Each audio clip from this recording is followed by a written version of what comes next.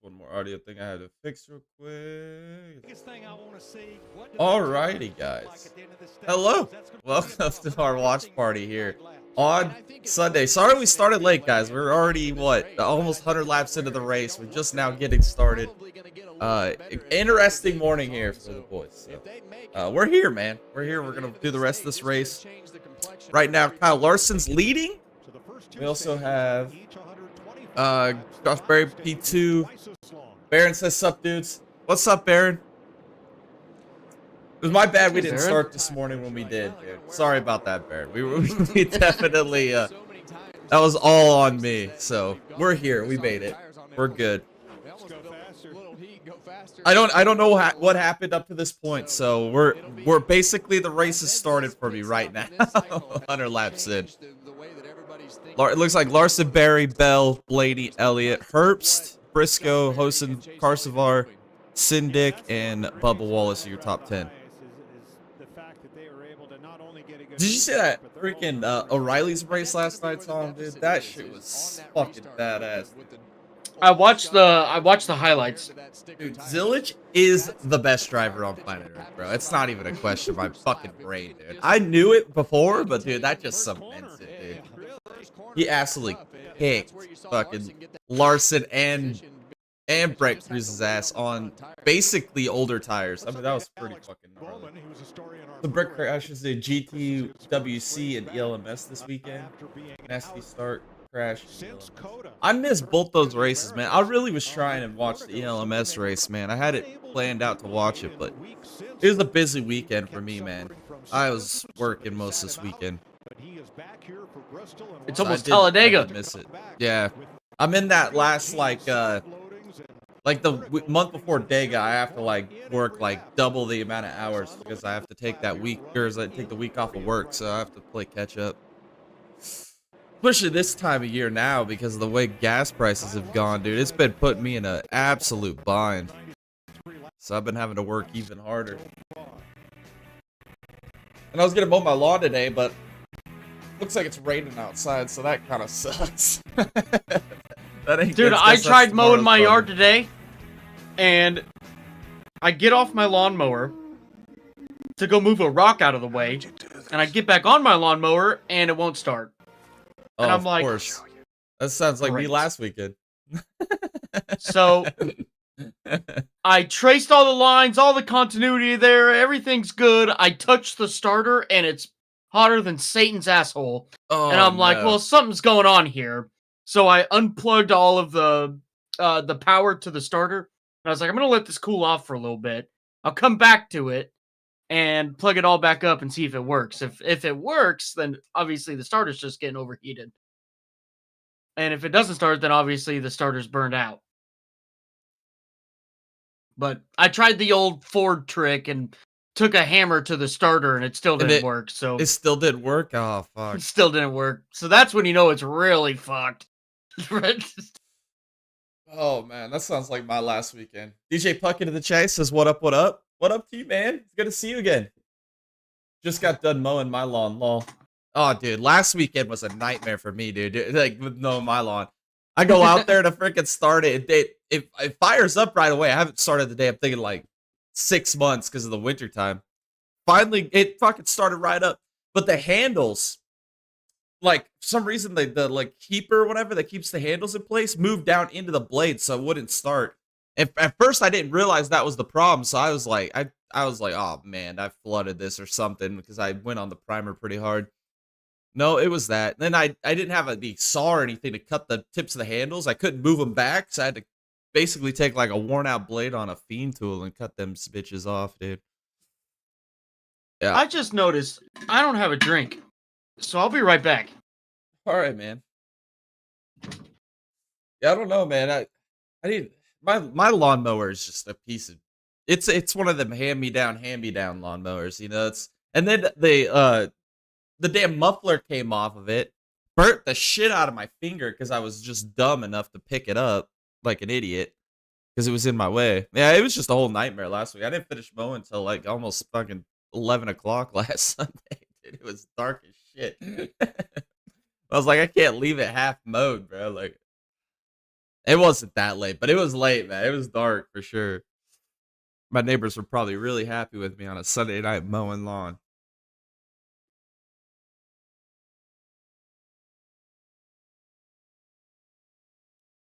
I was gonna mow it yesterday, but same thing. It rained again yesterday. It's been raining the last 3 days, man. Sometimes I'm really happy to be living in an apartment. Yeah, dude, no doubt, bro. No doubt.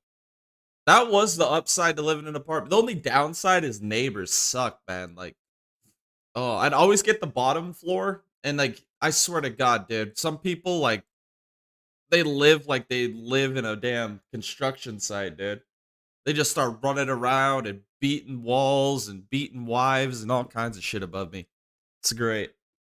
I lived in an apartment one time, and I Tom was living there with me at one point too. But there was the lady upstairs. I guess her freaking water heater broke, and it completely flooded right into my closet. And I didn't even know it, dude, until like I got home from work, and I walk into the apartment. Everything's fine, but I go to my bedroom where the closet was, and I open it up because I was gonna put on some like comfortable clothes, and it's fucking soaking wet. There's like freaking wet sheetrock just down into my closet, and my clothes are just completely freaking wet. Every one of them, dude. It was the most miserable thing, man. And it was like on like a Saturday or something like that. The damn freaking maintenance man shows up. He's all like disappointed and mad. I'm like, it's not my fault, brother. It's not my fault. You gotta fix this. Just get an old school mechanical push mower and keep the blades sharp. That's what I have. I've got an old school my lawnmower. I swear, I think it's seen a few battles. It's got a little bit of that Vietnam PTSD type shit, man. Like this thing's seen a few things. It's mowed its good share of lawns, we could say. It's mowed a lot of lawns. It's an old school lawnmower, but it works. I mean, that's all you can ask for. Oh yeah, sometimes my upstairs neighbors sound like Jurassic Park stomping all. Dude, facts, bro. Facts. I had I had one I had one upstairs neighbor one time, and she was like probably in her like early 40s, mid 40s, and she was super fucking nosy. And just a lonely old cat woman, you could tell. And dude, bringing home girls when that was my neighbor was like the biggest fucking problem I ever did. Like, yeah, it was weird. She was weird. I had an apartment once. I couldn't enjoy movies with surround sound, so it only lasted 3 months. Yeah, dude. Yeah, dude. Especially like me, dude, I'm a nighttime person, bro. Like I like to be up until like midnight, 1, 2 in the morning. Like that's how I roll, bro. I get up early, but I like to be up late. So, um, yeah, that's always a problem with being in an apartment. I was talking about a push mower with no in. Oh, I got what you're talking about. One of those like those cedar machines like that we have now, where you just put the grass seed in it and go with it. Yeah, that wouldn't be a bad idea, man. That wouldn't be a bad idea. I might think about doing something like that. I might go to the yard sales see if I can find one. It would save me on gas. Holy shit, dude. With how expensive gas is right now, dude. That little mower, dude. My lawn's not that big though, which is a good thing. So I probably could get away with something like that. I mean, it's big. I've got a front yard, a backyard, but it's not like huge. Dude, I will never sell my apartment though. I live in the middle of the city. I have my own parking spot as well. So many people here in Holland are super jealous of me. Dude, yeah. Well, if I was in your situation, Baron, had like a downtown apartment, dude, I would not want to get rid of it either. I feel that. I've never had the fortunate luck of being able to for one afford or have the opportunity to live in an apartment in like downtown. If I was younger, if I was younger, man, I would love to be in a downtown Boise apartment, like my local city, but um not anymore. I like where I'm at now. Live in the burbs.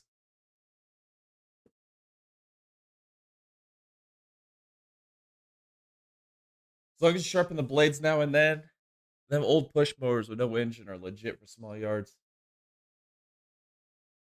I might have to look into getting something like that. I mean, my front yards. I mean, with my mower, it takes me probably an hour to mow my lawn, like back and front yard combined. It doesn't take too long. It's not a huge lawn.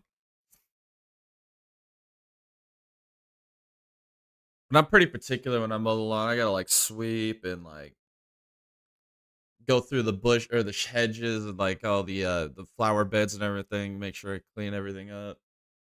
It's a process for me, but I'm pretty particular. I wouldn't say I'm a neat freak, but kind of a neat freak. I'm kind of OCD in that way. Everything in my house is like all orderly and neat, and it's got to have its place to be. You know, nothing can be out of order.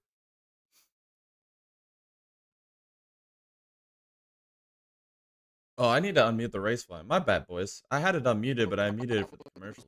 Brake shakes and anybody I know, but hard to drive here at Bristol when you have that. No, I need to look into something like that.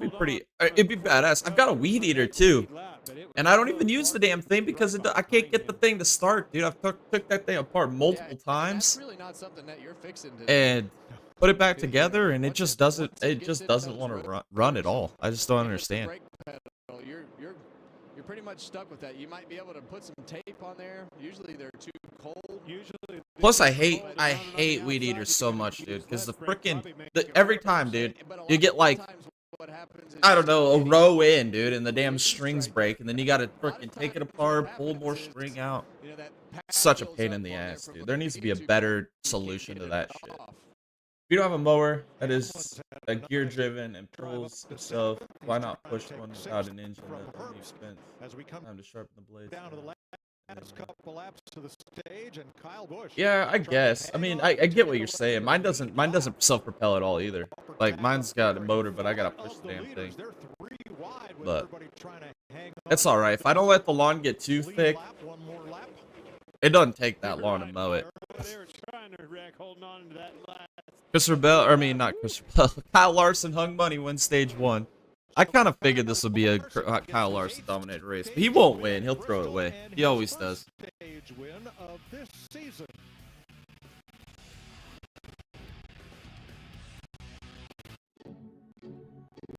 Like a relentless weed, moderate to severe Crohn's disease symptoms can keep coming back. Break away to what's I used to mow lawns at a school when I was in high school, and it was one of those zero-turn mowers with the levers like this, dude. That was one of the coolest freaking lawn mowers I ever had, dude. Like, or ever used, dude. That was just so badass. But that was a big freaking. It was like size of like a soccer pitch, basically, or a football field. Size lawn, dude. It was massive. And then there was also a front lawn as well. Did Larson have his forehead mole removed? I have no idea, dude. I wouldn't be surprised. Backed by over 15 years of clinical research. Ask your doctor about Tremfya today. Well, hung money, dude. Doing hung money shit, dude. Serious question, Long. Just saw an interview with the mole. Yeah, always specific to your yard's needs. Delivered every season. Serious question though. Saw an interview. The mole ad was gone. I don't know. I haven't listened to a lot of hung money interviews. I'm really off the hung money the train, dude. Like, I think what he's on like a year losing streak or whatever. Like his last win was like Bristol last or something like that. Something crazy. I don't know the actual stat on that. Take a truck, sprint down the track, and get ready. He seems to throw more races away than he wins, man. He's a problem. He is a problem. It's odd. If something's free, people just can't resist it. More baffling is that people turn down free money by not switching to Geico. Customers can save $900, you know. I love how Keselowski is a year younger than me, but he looks 10 years older. Oh, dude, Keselowski does, dude. He does not age well. There was one off season. I can't remember what year it was. It might have been like 2012 or 2013, 2014, somewhere in that one of those off seasons. And Keselowski used to be like real goofy looking, but he was like tall and skinny. And he came back and had a good head of hair on him. He came back one off season. The man went bald.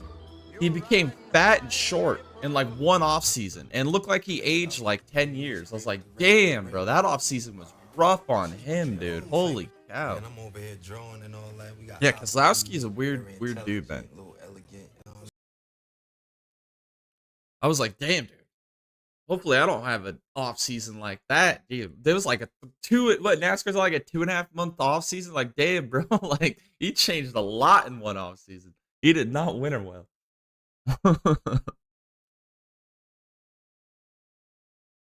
Studious look. Yeah. With this. And then Christopher Bell, I think he's what, like 3 or 4 years older than me, and he looks freaking 8 years younger than me, dude. It's crazy. The wins Larson throws away is because he pushes too hard and can't make them cars do what he wants, like a sprint car. I mean, there's a lot of. I think there's a lot to do with the whole Larson thing, man. Larson eat through his tires. Larson eats a lot of things. We'll leave that up to interpretation. You know, hopefully we'll get to the point where NASCAR and America. No, I think Larson. He's got a lot of talent. I'll give him that. He's really good, but his racecraft has always been bad. It's always been bad. Even in sprint cars, midgets, like whatever, like dirt late models, whatever he drives, he always does stuff like that. And like he doesn't have racecraft, is what I'm trying to say. He's got speed, raw speed, a lot of talent, great car control, but he has like zero self-awareness or racecraft. And that's why he doesn't win. Like, Larson probably would have like 80 cup wins right now if he had some fucking racecraft. He just doesn't. I've seen him lose more races than I've seen him win. And I don't think it'll be any different today. Pit road's open, Josh. Well, for Kyle Larson, your stage 1 winner, said he felt good overall about the car, said it was a little stiff when he was running. I missed whatever that first caution was. That I heard that Zilich got a free pass. I don't know where Zilich is running now. Trackhouse needs better cars, man. Because if they don't, dude, Zilich is just never gonna win a cup race unless it's on the road course, man.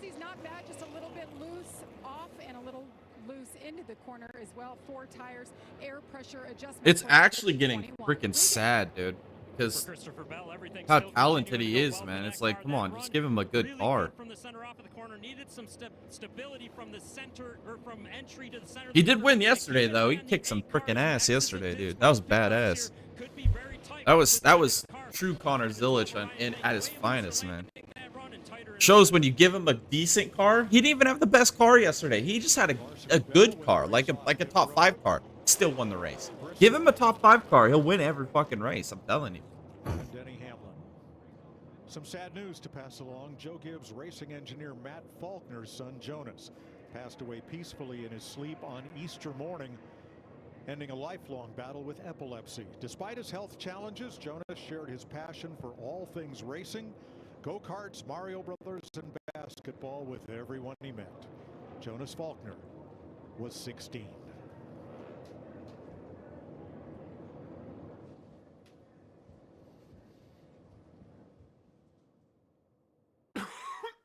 Well, that bummed me out. CMPD is an ugly. That bummed me out real quick there, bud. God damn. NASCAR on Fox, they know how to freaking play to the emotions, dude. They don't give a shit.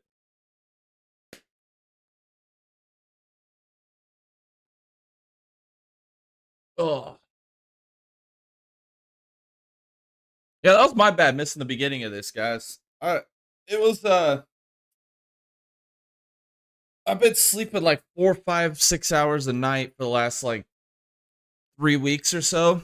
Just been working a ton, and I didn't get to bed last night or this morning until like 4 in the morning.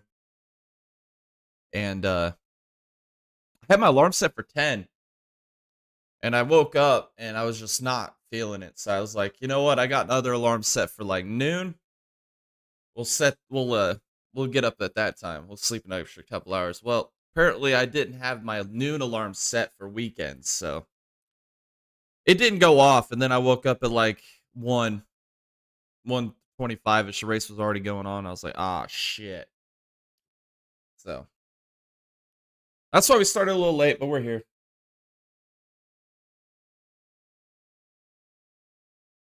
Yeah, exactly, dude. Like, you're set this tone, and then you go straight to like a freaking Ozempic commercial. Like, what are we doing?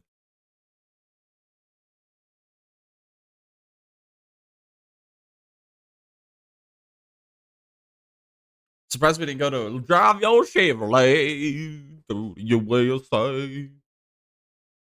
One of those commercials. That would have been even better.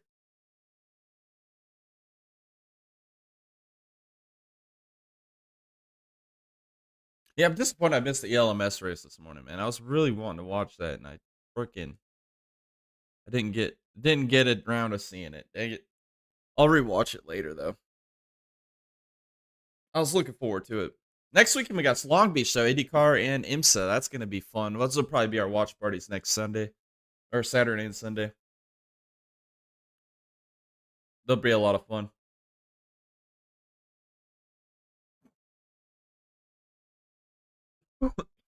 Excuse me. Once Tom gets back, I'm gonna go get me some water too, man. Didn't fill my water bottle up.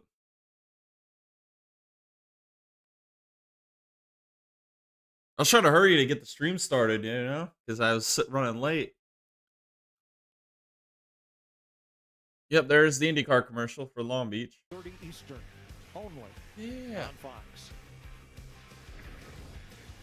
Well, Uh-oh. Pit Road has nabbed 3 Christopher Bell got a speeding penalty. on this stop, and one of them is So did Nemechek place and mark Michael McDowell. Christopher Bell, along with John Hunter Nemechek. Bell in section 7, Nemechek in section 10, and Michael McDowell. Leave it to that. 11. Zane Smith called for equipment interference on his stop. That is Bell's first speeding penalty of the season and his first ever here. My wife reminded me that the lawnmower is still in the middle of the yard, so I went and grabbed that. Like, fuck that lawnmower. I'll let it die out there. I'll let it rot. So, and then I got a little curious, and I was like, I wonder if the starter is, like, actually locked up. And it's only 2 bolts, right? It's just a lawnmower. Yeah.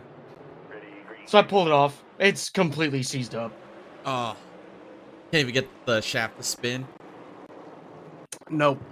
Oh. I can't even get the gear to engage. Oh, shit. Hook it up to a fucking battery, bro, and try to fucking bump it. Yeah, right. That's exactly what I was thinking. That's what exactly what I was thinking.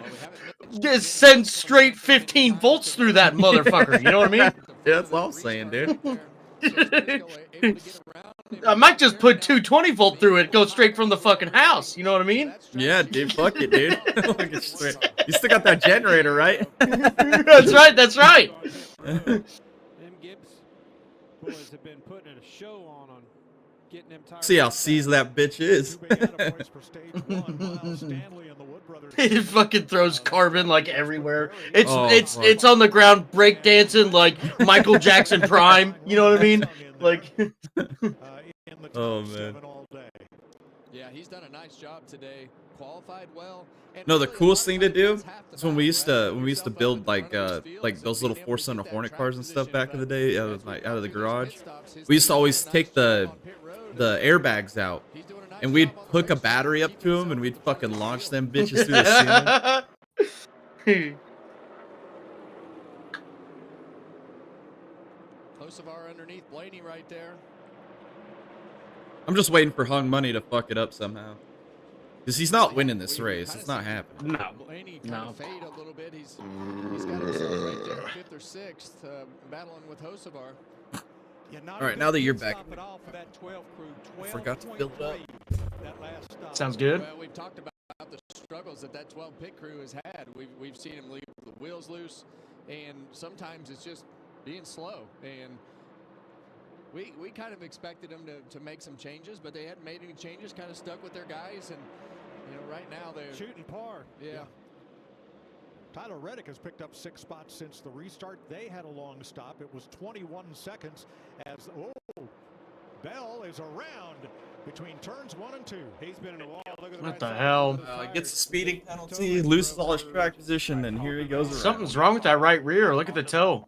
Something broke. He broke something. I wonder if he broke it when he hit the wall, or if he hit the wall before. Well, my pick's out.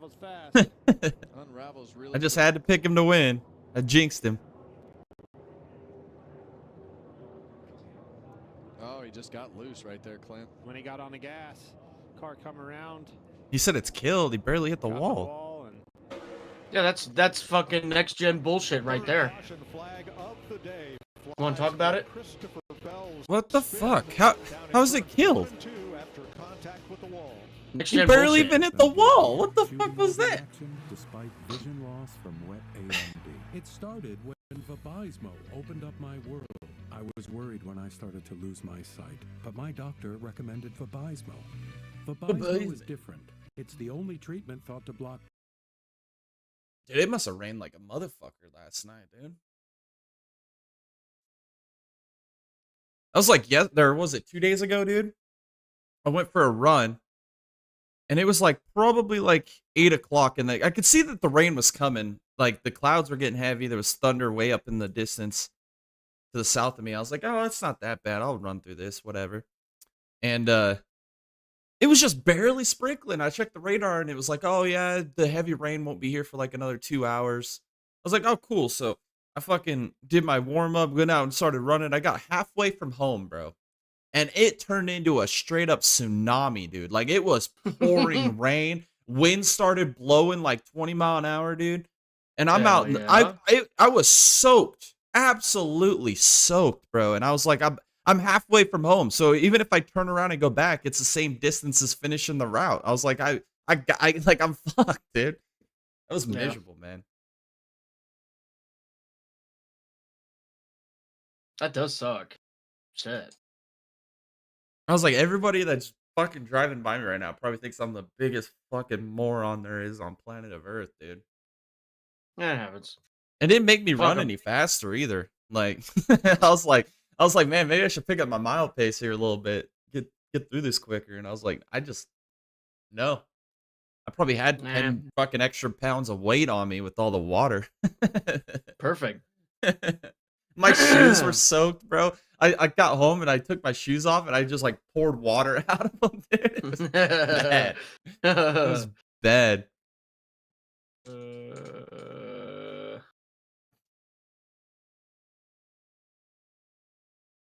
Then I was gonna go yesterday and the same thing, dude, happened.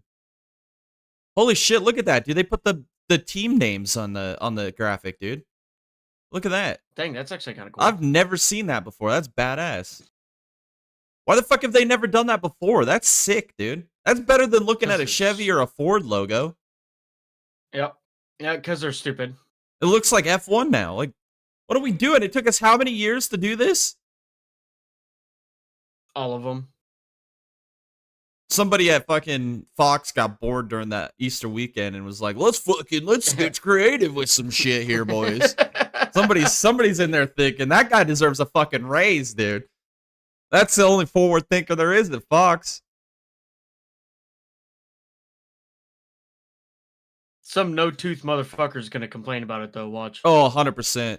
Well, I want to see what kind of car Larson's running because that's the type of car I like. I like the Chevrolet. I want to drive it across the USA, bud.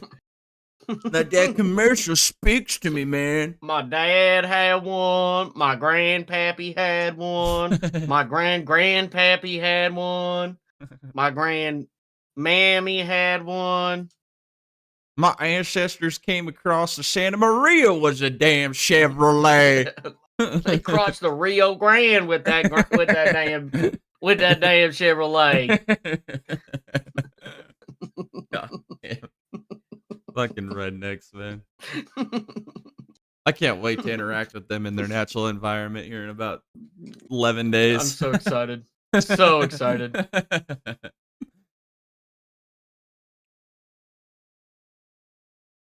Fuck, dude, I had a dream the other day, dude. We were at fucking Dega, but it was fucking Monday morning, dude. I had no recollection of like anything that happened before then. I'm like, that's fucked up, dude. I thought it was real. I was like, What the fuck happened to Talladega, man? It's already Monday. What are we doing? I was so depressed and Oh bummed no, out. that's such a big rip right there, dude. And y'all were like, That's you like the missed worst it, dream dude. you We can had the have. fucking time of our lives. Dude, where were you? And I'm like, what do you fucking mean where was I? Was here, motherfucker. I just woke up on fucking Monday.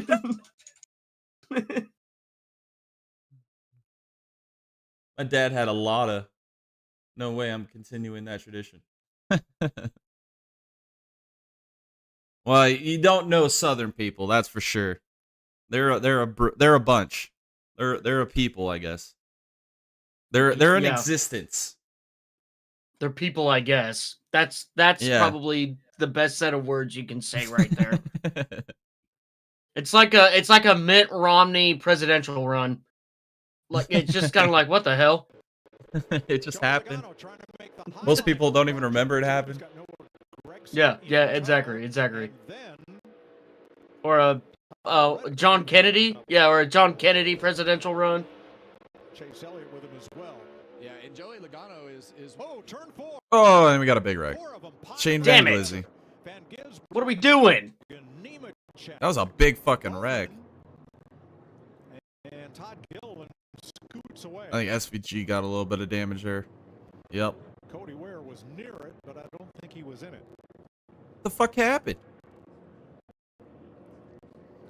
That'll put us under caution for the 4th time today. Well, I can already tell that this race is going to turn into a 4-hour race. Yeah. Oh, Bowman's car's broke. Front right there, broken on Alex Bowman's car. I think he's done for the day. Yeah, it looks like he's broken in every corner there. Why is it so All fucking 4 lag? wheels look to have had Fuck is going contact. I don't think it was It's not live either. Every time it gets away from live, it starts to do that laggy shit.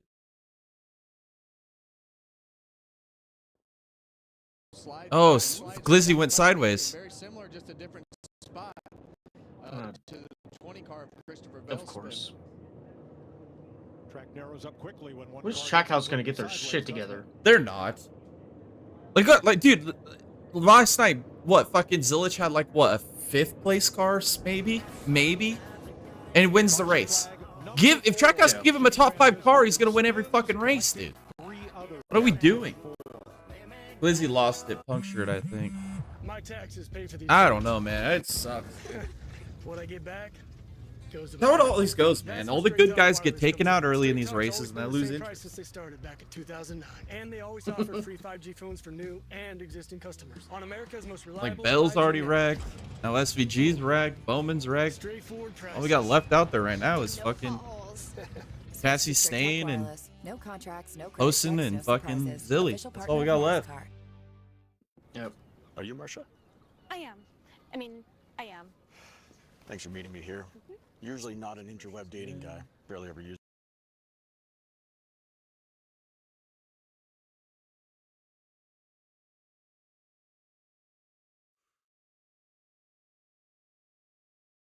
Bastards. Fuck.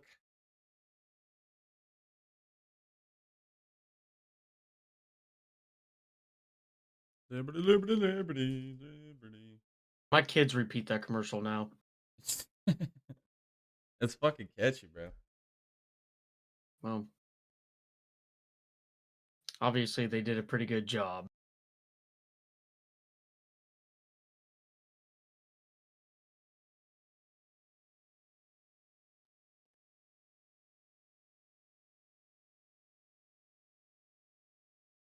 Fuck, I'm tired. Holy shit.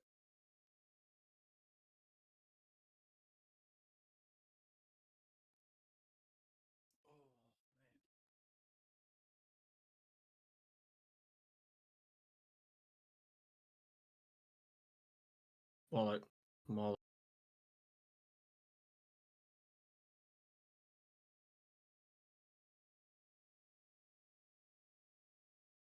Oh, dude.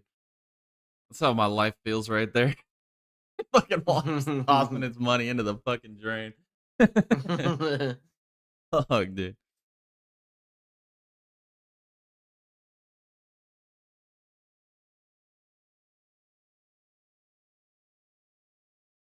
Red Bull gives you shitty cars. You see that Verstappen might be going to McLaren? I did not see that. Yep. So Piastri's going to be out of it right, it looks like.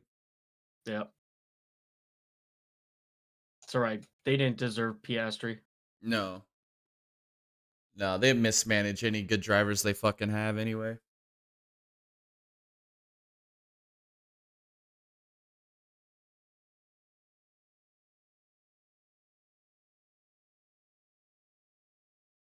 Looks like we're only going to get, what, 32 cars for the Indy 500 this year, dude.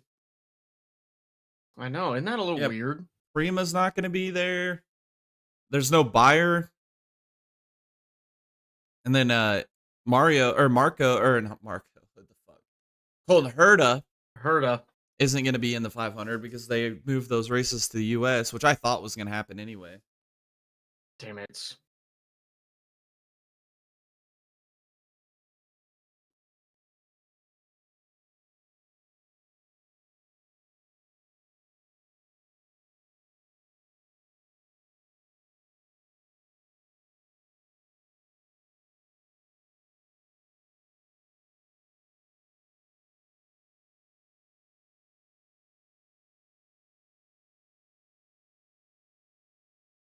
I don't think it'll happen, to be honest.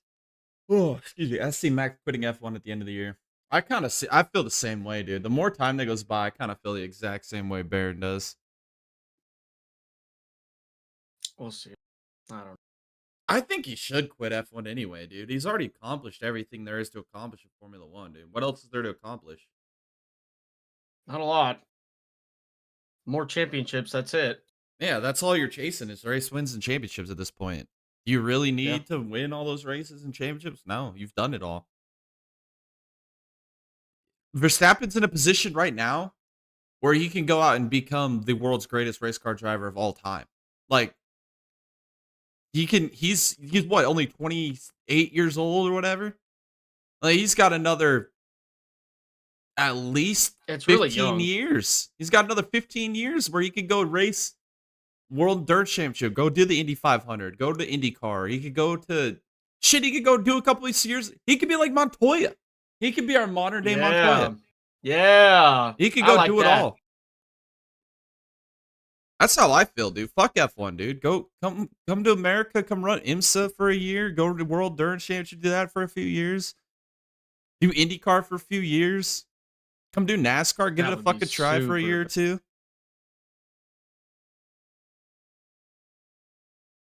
That would be super dope.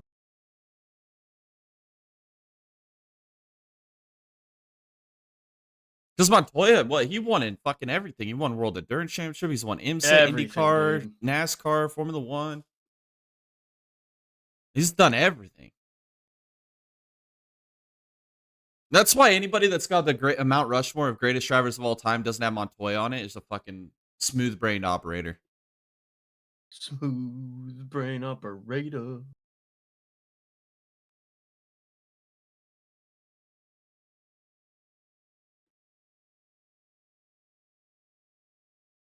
Here we go.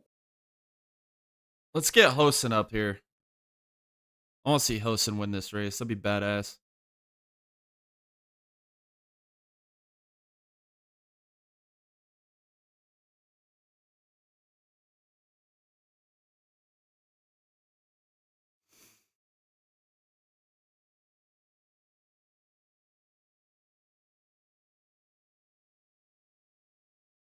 It seems so bottom dominant, dude. Nobody's really wanting to go to the outside. No.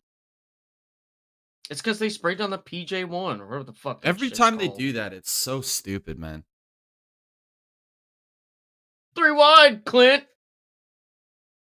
Makes me feel like he's saying clit. Clit. Every time.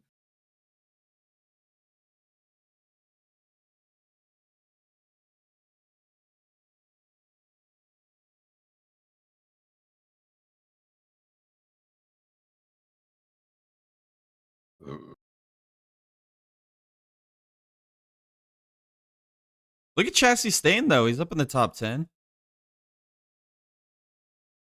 Just bought a sim rig this week to race in Gran Turismo 7. It Ooh. rules so much, dude. Dude, that's what I need to build is get myself a sim rig. I've got one right here. You can see it right there. Yeah, Tom's got a badass sim rig too. I need to build me one. I just don't have the fucking finances at the time.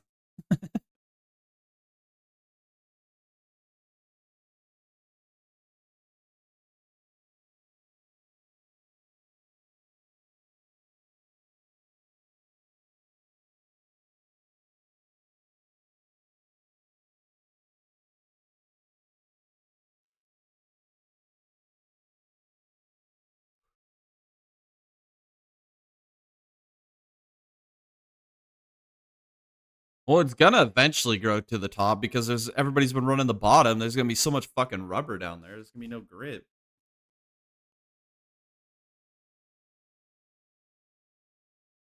It just needs to get there sooner.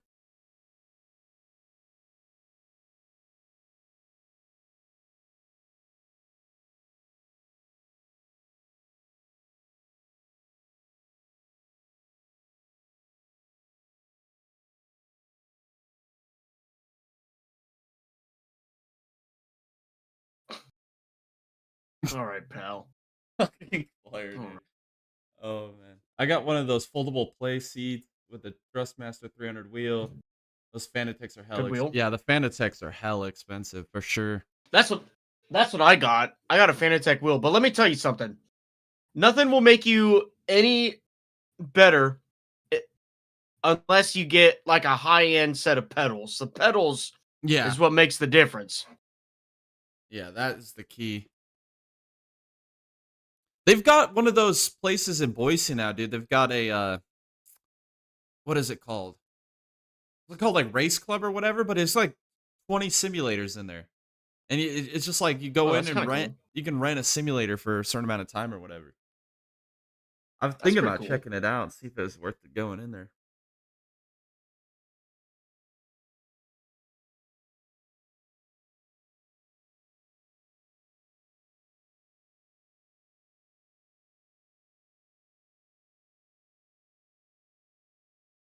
Yeah. We've been saying that for years, Joey. Don't worry about it. His wife's been saying that for years.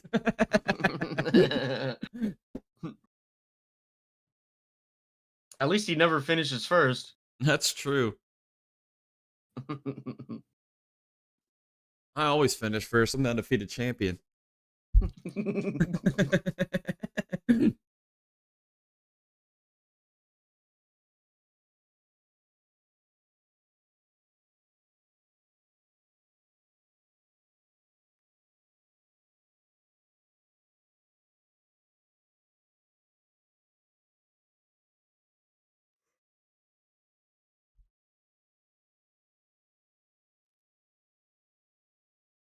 I'm racing competitive in Gran Turismo 7, switching from controller to wheel. Took a couple days to get the same pace. I think feel like it'd be harder with this controller, dude, to be honest with you. I mean, goodness gracious. Yeah, but if that's all you used, and then you switch to wheel, probably make a bit of a difference.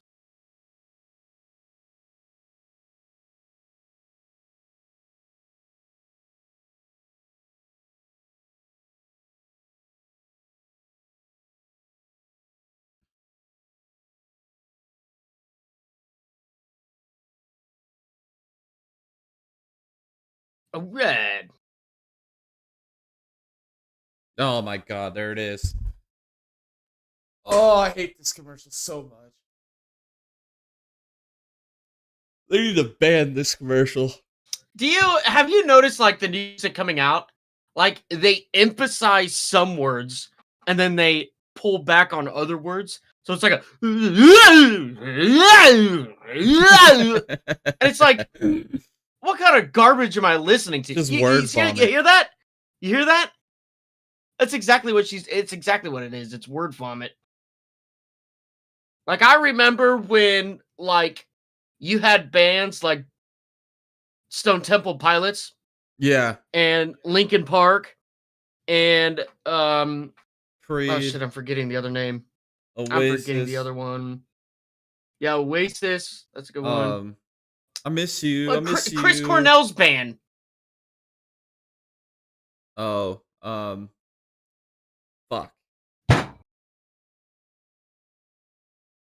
Oh my gosh. Oh, not Three Doors Down. Soundgarden. Soundgarden. There it is. Yeah. Yeah, Where it was like fucking music. Well, I'm saying like, even if it was like some of it was shit music, those people had talent. Now Dude, it's just like I feel like all this music that's agree. being created nowadays is just by AI. 90s punk music is like the best, dude. I fucking love that shit. I just don't. Yeah, I feel like I'm the only one that realizes that too, and I just don't get it.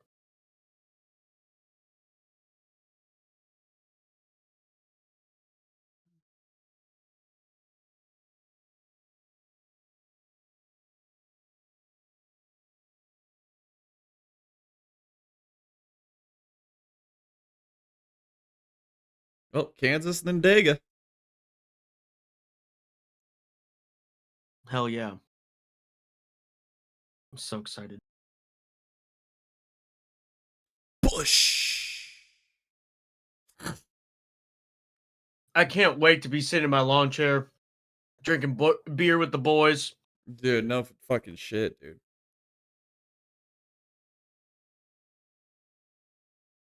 I can't wait.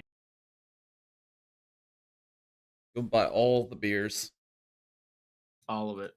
All of it. Drinking all of it, too. Yes.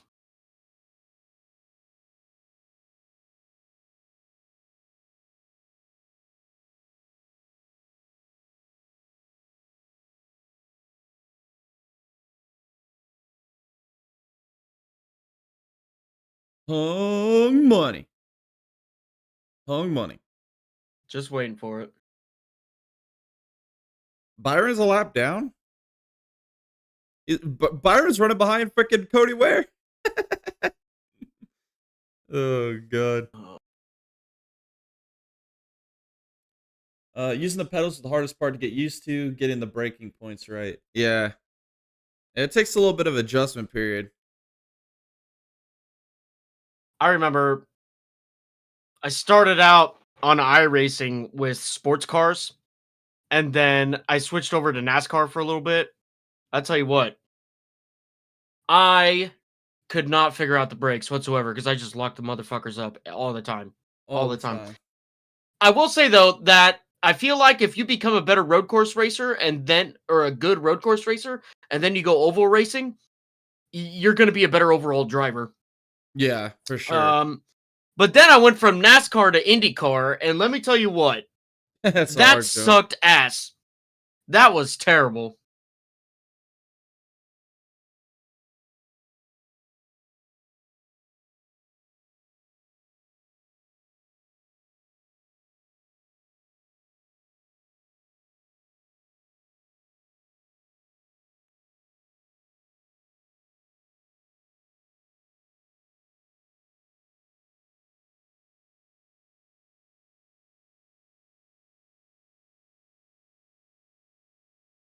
Chassis staying back to 16th. Man, those track-ass cars are just dog shit, man. Zilich is 29th, bro. That's fucked. Garbage.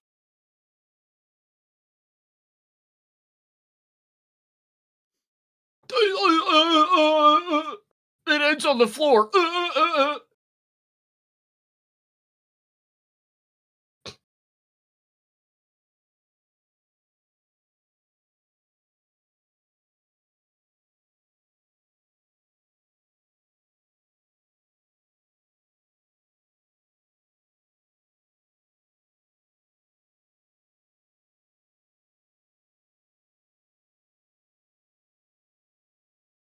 The Gag Man.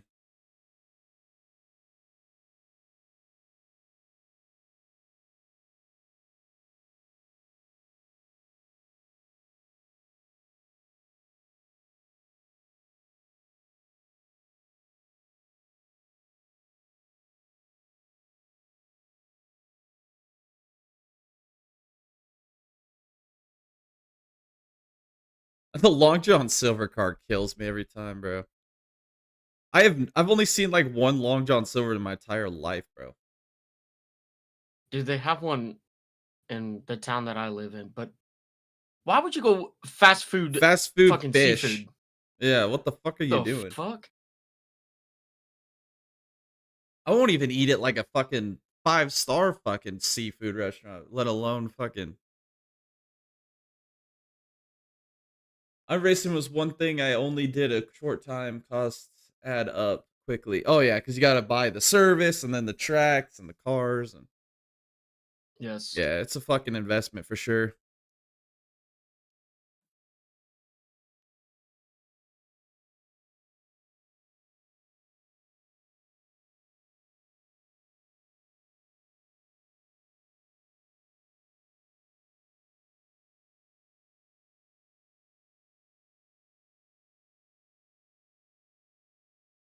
I like how they keep acting shocked that he's always running in the top 10. It's like, it's what he fucking does. It's every bro. time. They do that every time too. Like without fail, it's every race. At some point, you just gotta quit being surprised and just fucking expect it. Like, I'd be surprised if he was running back in the fucking mid-20s.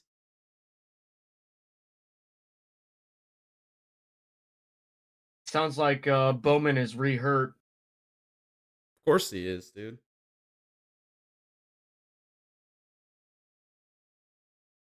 You don't fucking ever recover from those concussions, bro. No. And they kept saying the vertigo is not from concussion-related symptoms. Yeah, it is, dude. 100%.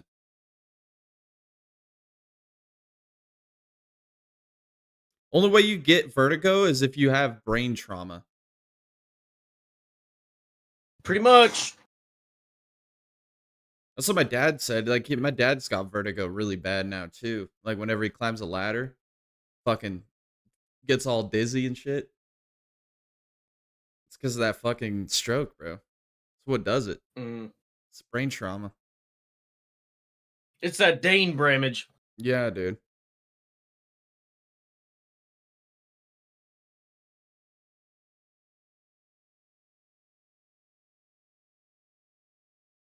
Hostin's up to third. Good work. Blaney's closing in on hung money here.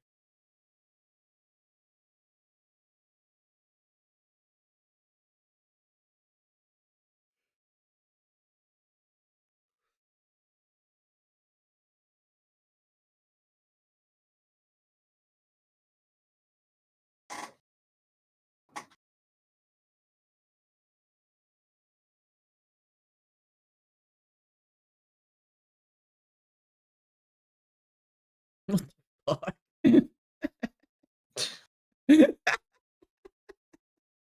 the fuck? This might be the best commercial I've ever seen. Look, I'm bottomless. They got his fucking junk all blurred out. That's fucking awesome, dude. See, that's how you make a goddamn commercial, dude. That's how you do it. You do something just so fucking dumb that it's funny.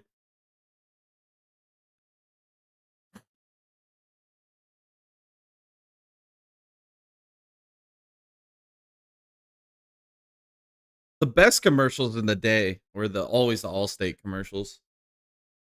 Yes. Mayhem. Or like the original Jake from State Farm. Yeah.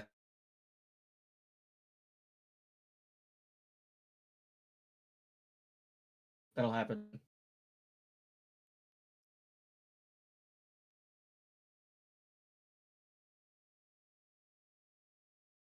Dickie's up past barrier now. It's Dega time. I love how they show the racing and not the real party. Yeah. It's not about the track. Or it's not about the part or the race. It's about the party.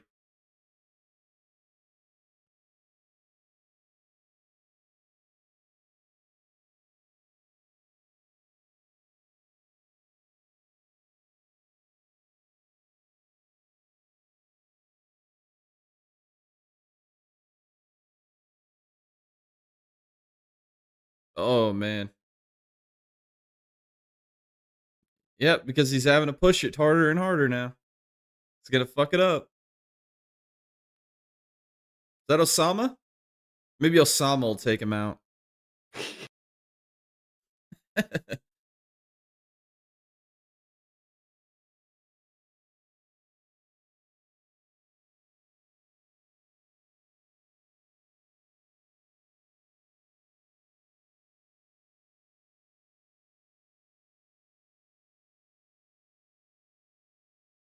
Come on, Osama.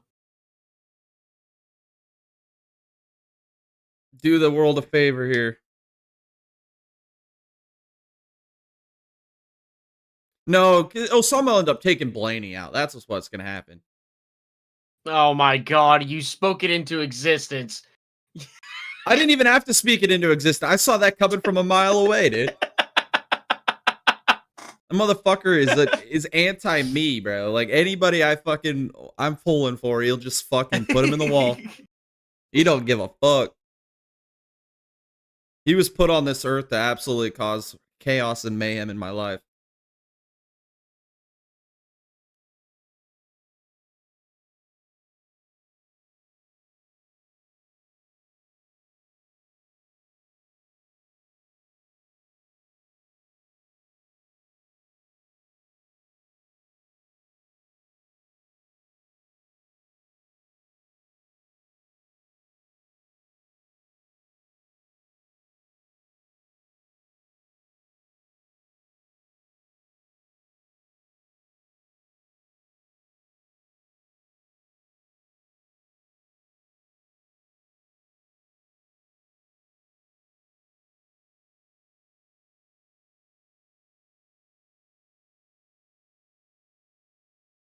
Doesn't shock me one bit, dude. That 48 team has been a fucking disaster. Ever since the next gen car.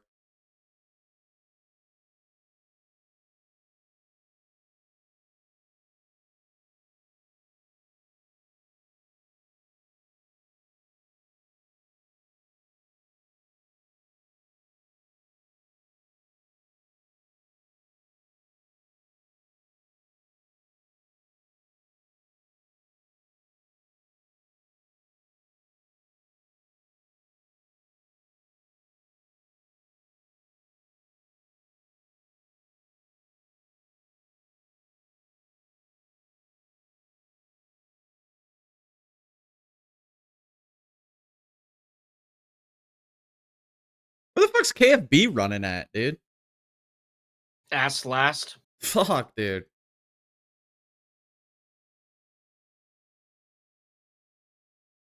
Poor fucking KFB, man.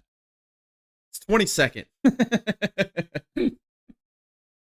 Literally the king of Bristol, and he can't do any better than 22nd. That's unbelievable.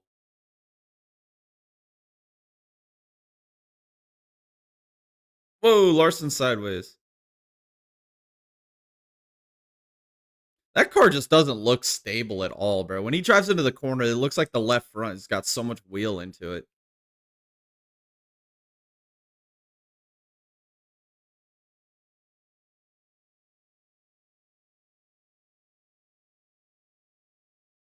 I'd like to see the onboard of what Larson's doing behind the wheel right now, because I feel like he's got so much fucking wheel into that race car right now.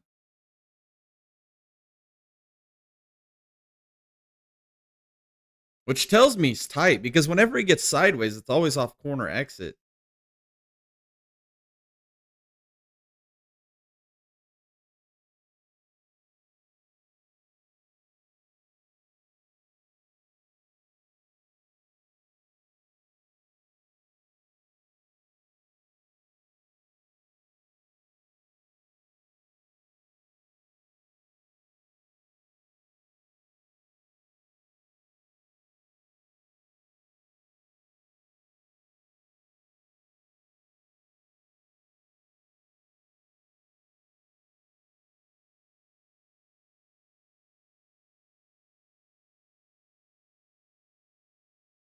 Fuck him. I hope fucking Larson puts Austin Dillon a lap down just so we can trap fucking Osama down. Fuck Osama. Only thing he could do right now that would save it for me is if he could put Larson in the wall. But he's not. He's going to end up putting himself and Blaney in the fucking wall.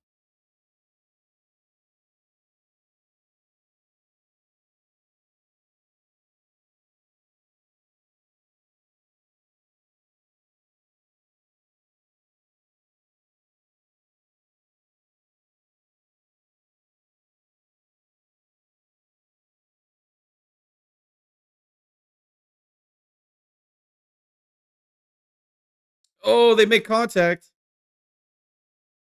Cut his tire down, Osama.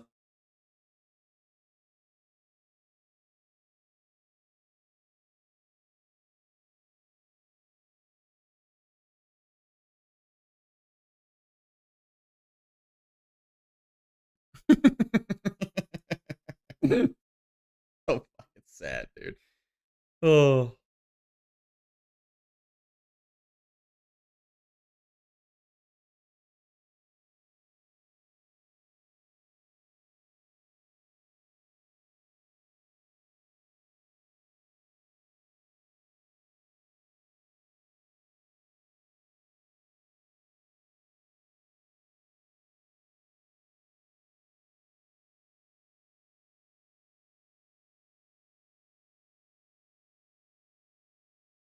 Fuck.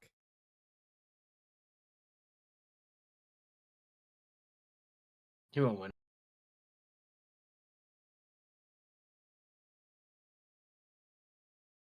Fucking Osama. He won't win it. Fuck now. He's got a better chance of finishing dead fucking last than he does winning.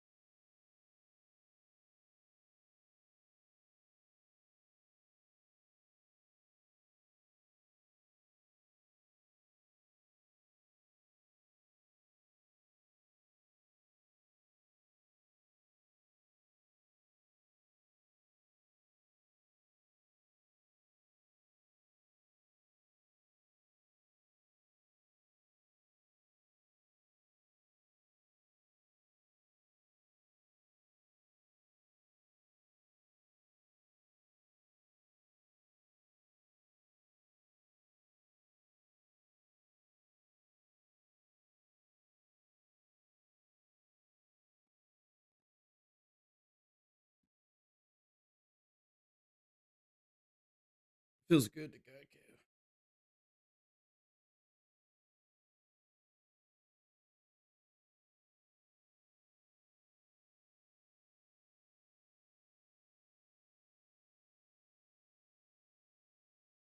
Fuck, I almost forgot Farmers was even a thing.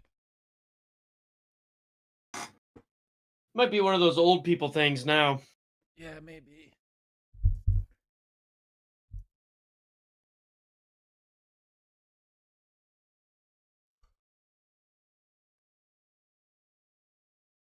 Oh, goodness gracious.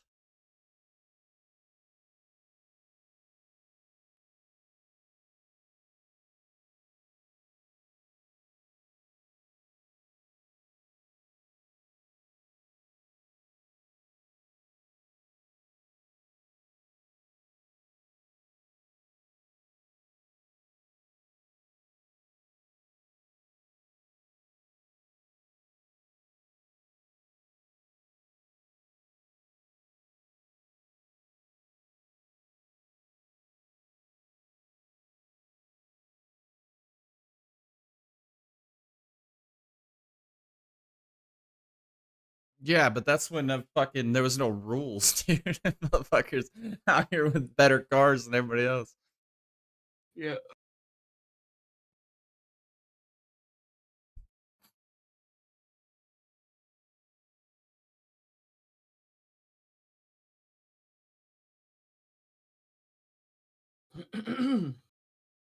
Kyle Busch just come out P3?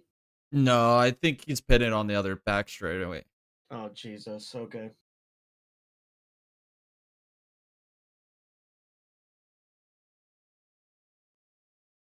Yeah, there he goes. He's pitting right there. Blaney! Oh, that's Hamdinger. Hail Hitler Hamlin. Well, dude, you acting fucking surprised, Boyer?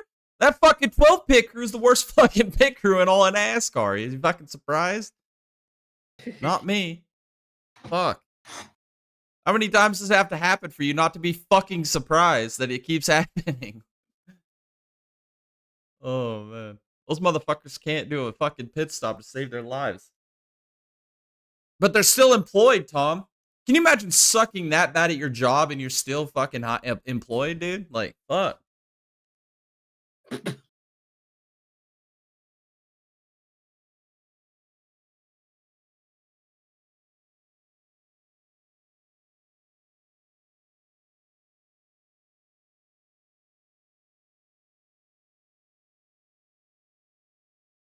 Oh, goodness gracious. It's fucking cold. Y'all put some socks on, man.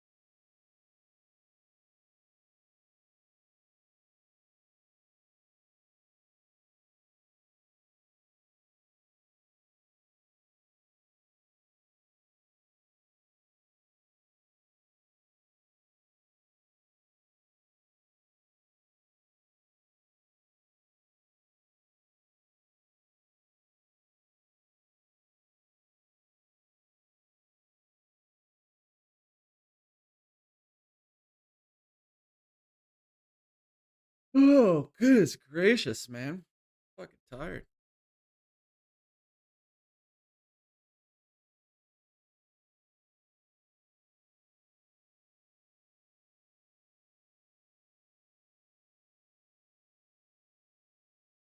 Not the worst written consent of NASCAR.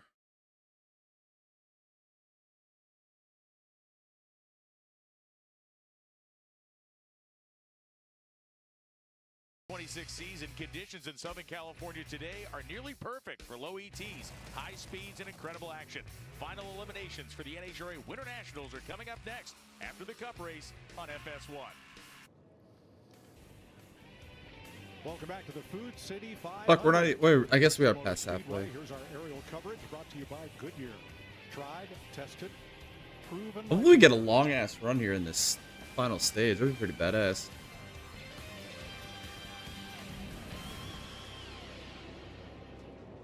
Oh, did we get a penalty? Kyle Larson's pit stop. Yeah, and he's going to have to check up right here for the 47 car no. coming into his pit stall. It almost cost him the lead, Clint.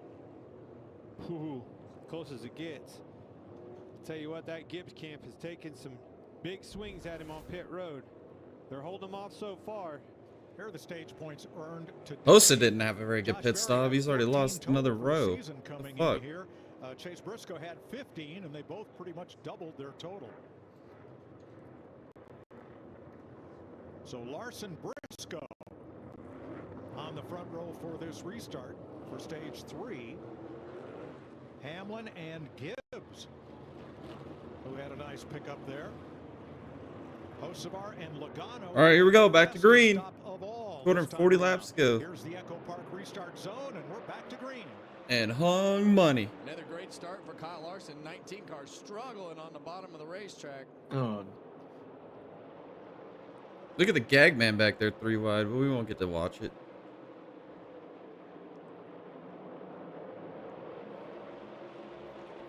Noah Gregson 3 wide, both ends of the racetrack. He's done it again in that number 4, and he is making it work. He is passing cars like they're stopped. Yes, he has. Great restart for Noah. Restarted 17th. He's up to 11th. Yeah, and sometimes you just have to be the bravest if you're going to make up ground and take some chances. And Noah is up on the rim. Typically, that's not a great spot to be on the restart. He's tickling the rim. Seems like it's working out for him. Jesus. Tries it again on Josh Berry, who moves up to cover the spot Man. alongside Reddick. Yeah, you know, Clint, the bottom of the racetrack has really rubbered up again like it was yesterday. The top of the racetrack is rubbered up, but not, looks darker right there than what it did in the last shot, as you see Joey Logano try to hold off Ty Gibbs on the bottom. Yeah, the track's changing big time. I can guarantee you there was some adjustments being made, whether it be air pressure or something. Trying to keep up with this racetrack could definitely change. Whoa. Speaking of changing, a lot of positions changing back here. Well, a lot of bumper tag back here. And 26 cars restarted on the lead lap. Oh, fuck, Syndic's just in the way. Cindric is having trouble on the bottom of the racetrack, finally moving up, but not taking off very well at all for the 2-car. Yeah, and you see Ross Chastain has worked himself all the way back to this group after such a great qualifying effort, has really struggled to do anything during this race today. Logano outside Hocevar. This is going to be for 5th place. And behind him, Ryan Blaney, who had the worst pit stop of the contenders. Larry. Well, no shit. Mike, in 8 races, Doesn't fucking shock me one bit. Ryan Blaney has lost a combined total of 86 spots on pit road. That's it? than anybody else. It took him 54 Fuck, it feels like it's way more than that, dude. I feel like they're being generous with the 86. There's reason. I think he's lost probably 500 fucking spots on pit road this year. Boom. Oh, look out. That kid just moves the Lagooner. Yeah, I think one of those things that happened. I think He's the gooning. It was like, well, we moved down and you pretty much moved down and stopped right here, so I'm gonna feed the bumper to you. And Logano's like, well, I see an opening right here, and I'm gonna move down. And I agree with you, and I think that speaks volumes about Hocevar, right? He didn't back down from that 3-time champion, but that Logano ain't gonna back down from him either. So where does that fall on the scale of frustrating to fun to drive in a situation like that, where you guys are, playing bumper tag? Well, I think it's also two different generations right there, right? So Logano has raced through a whole different period, and I think a lot of what happens today you expect to get run into. I watched Keelan race and the legend cars and all the different things. All these kids have been brought up to bang bumpers, and it doesn't even really bother them. So I tell you what, pretty good day so far for the OJGR group, but that 4th one, where's he at? Had trouble, hit the wall, and he's been back in the wall again too, guys. The 20, Bell. Yeah, Christopher Bell. He was 4 laps down, now 3. He just smoked the wall again. Here it is. Jesus, that car is fucking nasty, bro. in a different spot that car did earlier. It It's- stepped out on yeah. him all The of a fuck? sudden with that snap loose. That is not fun, Clint, when those things are snapping like that. Trying to catch them is nearly impossible in these Gen 7 cars. Well, he's limping around on a wounded car. I mean, what? Speeding on pit road. Don't beat yourself. You tell me that every single week. And then without that, he'd be right up there challenging for a win with his teammates. Top 15 battle here. Chase Elliott in 14th, under fire from Brad Keselowski and Todd Gilliland. Yeah, and it seems like that 6 car, he needs the really long runs to be able to take advantage. I think of Blaney's got the handling best that he car. has, as we see Ty Gibbs right here. But he ain't gonna win because his fucking pit crew sits on cactuses for fun. And just gone around him. That'll move Blaney up to 4th.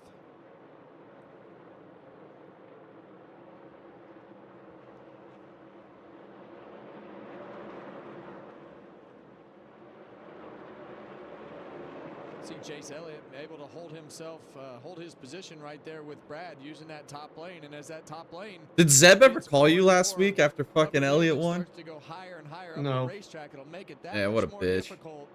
He probably didn't even know. Starts to lose more and more grip throughout the day because He of the texted speed me. that top lane will have.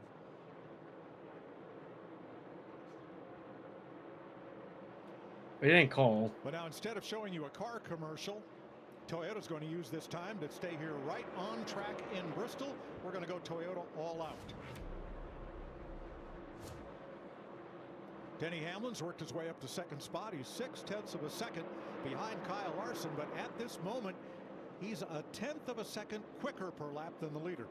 Is Gravy going to Dagger or not? Well, Denny has been quiet today, but I'll right ask. now runs in second position. It wouldn't surprise me as everything starts to flip. Because he around better on get a this fucking racetrack. plane You ticket don't if see he's going, dude. Hamlin start to make up a Better little get on bit the of whip. ground on Larson with the adjustments, and never know on pit road, Jamie.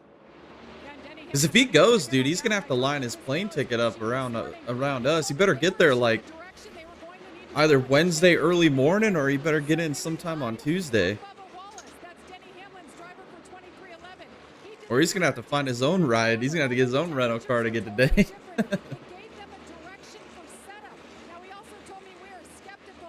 I asked. We'll see what he says.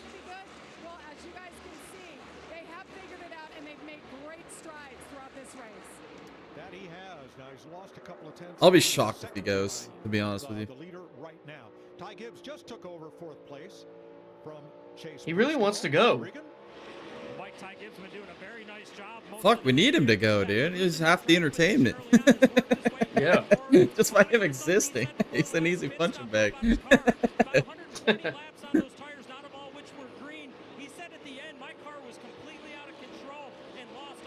better get a costume ready, too.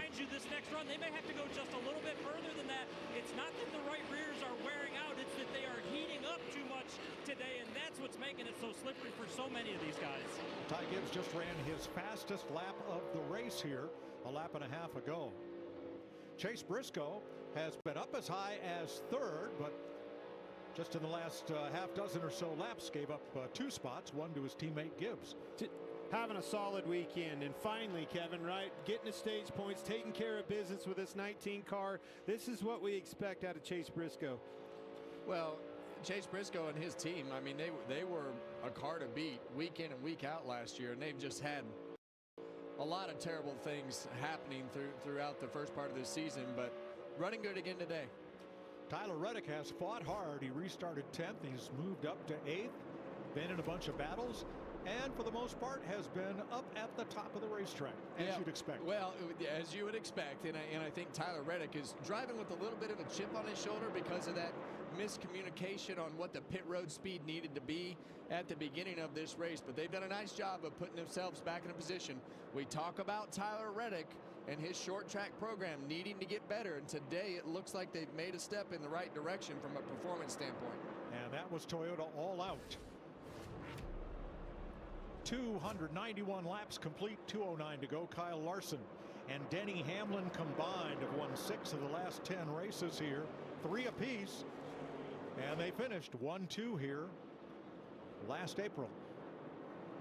Yeah, you see Ty Gibbs right now going. Ty Gibbs just drove by Hamlin. Of Denny Hamlin, and Clint, I've noticed some 15-second laps start to pop back up on the board the last few laps, and you mentioned Ty Gibbs with his 15:90 fast lap, but this 54 Looks like Briscoe and Hamlin's cars aren't that good right now. And Blaney's rolling. I think Blaney's going to have something to say about Larson's win today if they can keep it together in the pits. Yeah. Yeah. Fucking shit in one hand, wishing the other motherfucker. See which one fills up quicker. With that in the off season when you popped off and said that, but I'm on board with you, buddy. Ty Gibbs will be in victory lane this year. And I think today's a great example of why they will be in victory lane. You saw him at the beginning of the race. He had a bad start to the race, got themselves kind of shuffled back once again on one of those restarts earlier on. But we weren't playing any of the radio on here with, a screaming and yelling or anything. It was just like, well, it is what it is, and look through the window. Well, he's got to win, dude. At this point, man. Has been I mean, yeah, you finished top fucking 6 the last 7 races, but you gotta win one of these fuckers soon, dude. Running third with a chance to win this race with 200 laps to go. He's doing a nice job at the throttle. He eases into it. He's not playing with it. He just steadily gets wide open. Well, Kyle Larson has now become the 9th driver to lead 2,000 plus laps at Bristol. Here's his radio. Blaney, we're in clean-ish air. Typically, he was rolling the bottom lower and faster, but we were finishing the corner better, and that would net out for a very similar lap time. I know that's similar to what you've seen, you know, from your seat. Keep moving around. His car just chases the bottom a little bit better than ours, but you were still able to finish the corner well. My gosh, I mean, absolute dominant. It's so reminiscent of yesterday, Kevin, and that O'Reilly race. Didn't get the job done. Yeah, he didn't get the job done. You know who did? The best driver on planet Earth, motherfucker. That's all calling her Zilch, dog. Got her done. Kicked his ass. Dodge and avoid it. Yeah, and I think the best thing for him right now is, you know, if Ryan Blaney can stay in between him, it gives him if we have to pit again, it gives him a spot in between the two to give a little more breathing room for his pit crew. And for Blaney, it's like, man, I know I have a fast car, but I'm going to have to pit again. Well, in the first stage, it took Blaney, he had to overcome, and it took him 54 laps to get back to second. This time, it took him 35 laps to go from 7th to 2nd after a bad pit stop. Well, he's got arguably the best car on the racetrack, but they just keep putting themselves in spots to where they lose all that track position, and I hate that we have to keep harping on it, but they're facts, Clint.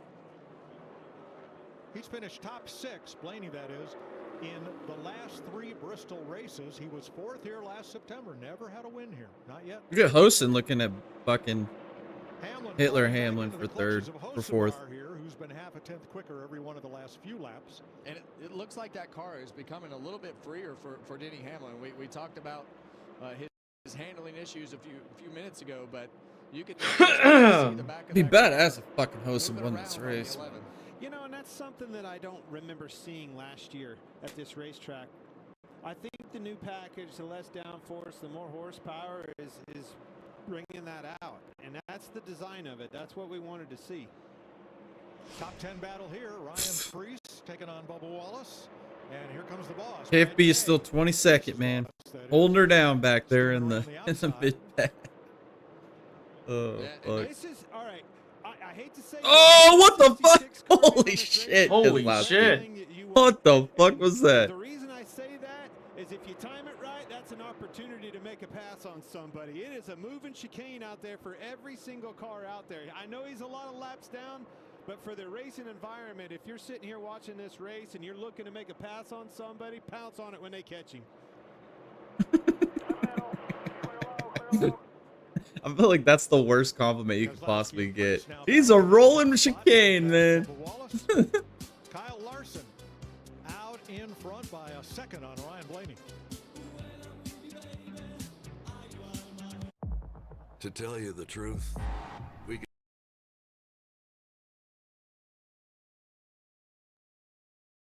the preservative.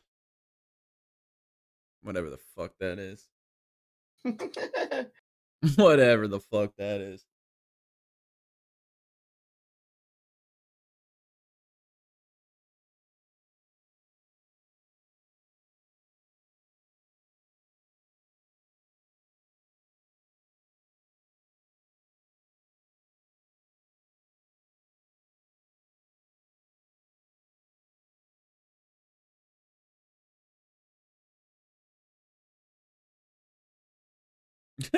I like every mom-in-law during a kart race, rolling chicane.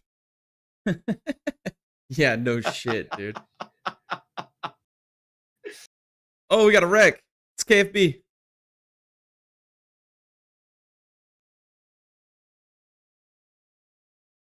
No, me and Tom, that's one thing we both have done in our life. We both worked at a go-kart track. And there is a lot of shit that goes on at them tracks, bro. Let me tell you the worst job I ever had in my life. Yeah, that shit was ass. That shit was straight ass. Yeah. Yeah, Honestly, I've worked at gas stations. I worked at gas stations that were better than that. Honestly, I think working at that gas station job that I had, best fucking job I've ever had. Yeah, I Honestly. bet, dude. You get to talk with all the drunks in the town at like way late at night. You don't have to fucking do anything. You get paid to sit there and shit talk people. Like, it's just so much fun.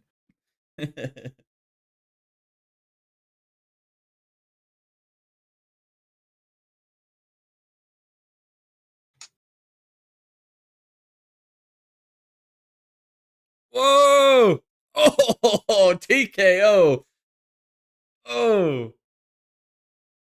And then Bell's in it. Fucking KFB, man. Look at this TKO. Whoa! Kurt Chow. Dude,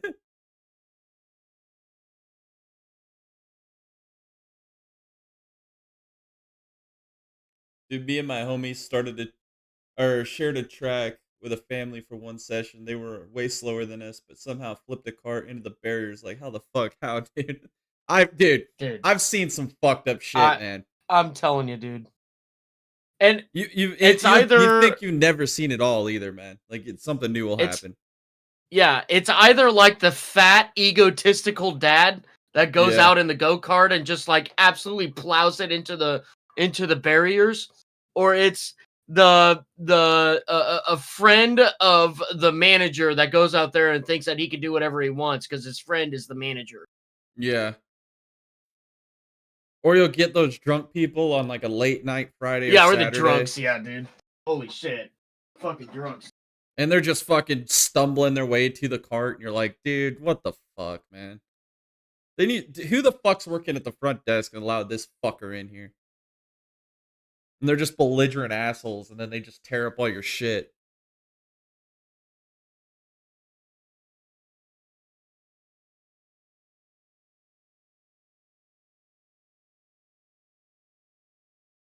Or it's the little kids, man. And you feel bad for them, too. Because they're just there to have fun. Like, they're just going to try and drive this cart. And you're over here trying to teach them how to, like, what the gas does, what the brake does. You're teaching them how to turn. And they just have no idea what the hell's going on. And then they hit a barrier and just sink it in. And you feel terrible. And then you got to drag them out and tell them that they fucked up, basically, in the nicest way possible. Somebody else is slamming into the barrier doing 30 miles per hour on cold tires. Dude, let me tell you something about slamming into a barrier at high speeds with a go-kart. Jay, you used to go where, I used to work, Yeah. And, turn one is that hard right-hander, and then it goes through a little chicane, and then another hard right-hander, and then it goes into a swooping right-hander. Yeah. Okay, well, you get the drunks out there on a Saturday night. You get like 6 of them together, and they try to take that corner flat out, 55 miles an hour, and all 6 of them just plow into the outside barrier at the same time. I mean, it was a sight to see for sure. I'll never forget it. And I laughed a lot. But yeah. The worst part is setting the barriers back up. Yeah. I watched a kid, she was probably like 10, maybe 9. And she had no idea what she was doing. I was trying to explain to her how to drive this cart. And she fucking put that pedal to the fucking floorboard, dude. And just drove straight into the fucking wall, dude. Buried it right into the barrier, dude. And I could see the panic in her eyes when she was fucking headed straight for that corner, dude. I had to jump out of the way and everything. It was bad. Like that W Series crash at Spot. Yeah, no shit, dude. No shit. All just pile in at once. It's like watching sheep, dude, because when the first guy does it, the next guy follows him right in, dude. They all just follow right into each other.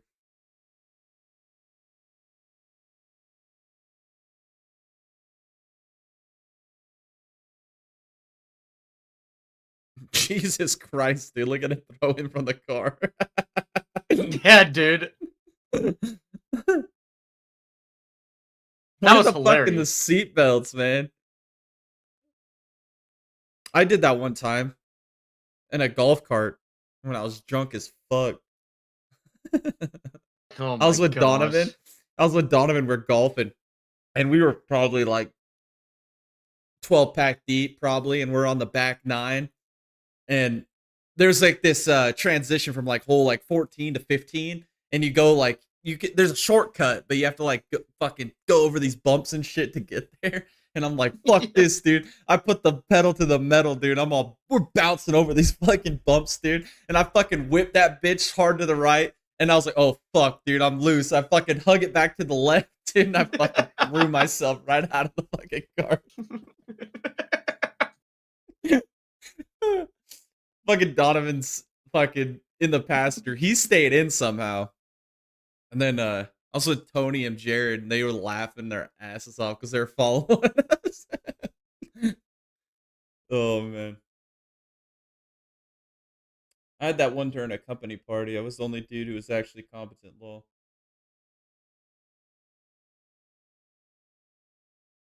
No, I only golf if I'm drunk. Jared called me the other day, and he said, hey, dude, we signed up for a golfing competition, dude. You're in it with us. You're on the team. And I'm like, what the fuck? What? Are you trying to lose? like you, him, and your dad? And Donovan, yeah. Yeah, we have to have a four-man team in this competition or whatever, and so they signed me up to join them. Oh, shit. I was like, good thing we got Donovan on the team. Donovan's a hell of a golfer, bro.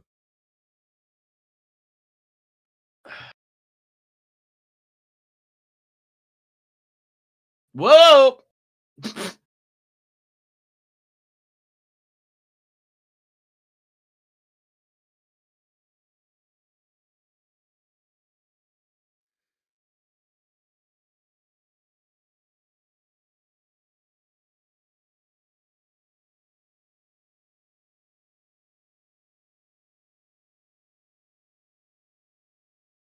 Look at the Lagooner, dude.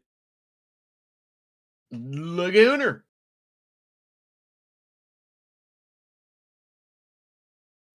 I remember racing with my brothers-in-law and nephew, who were all race nuts. Everybody else was just amazed how fast we were. It's like, dude, karting is not that difficult. Just keep to the line. Yeah.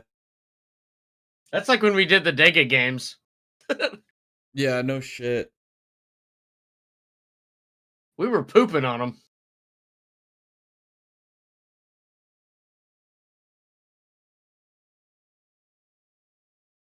Yeah, I got screwed in that one freaking first race too because I got stuck behind fucking Nate and Chief or whatever the fuck his name was. Yeah, Chief. And I was struggling, like, because I didn't want to run into them, you know, because I was like, I'm not gonna run into these guys, but they were just holding me up, and then they were fucking slamming into each other, running off track, and I could never get by them, but it was what it was.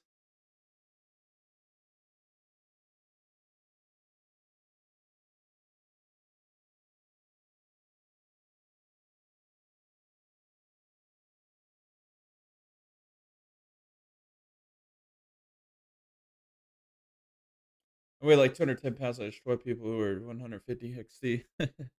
Yeah.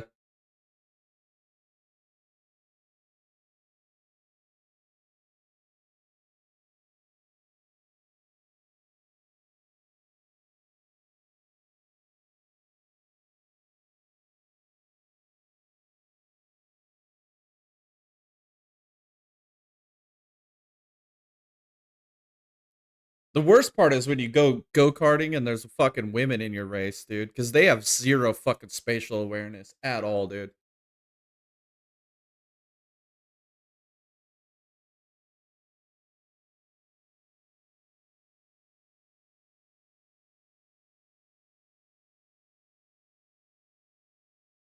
Every time I pass somebody when I go to my local go-kart track, I'll fucking throw my hand up just be like that, you know, when I'm going by them, just so they don't fucking turn down into me.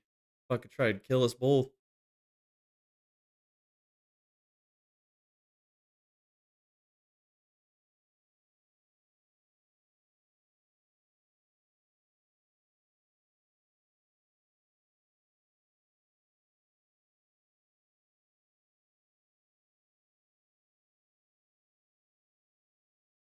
Well, now.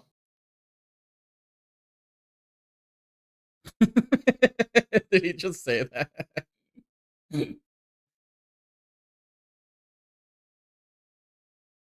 me unmute this. There we go. Blue flags are just another color to women, and they never leave any space too. Always in the they always in the fucking middle, right in the middle of the track.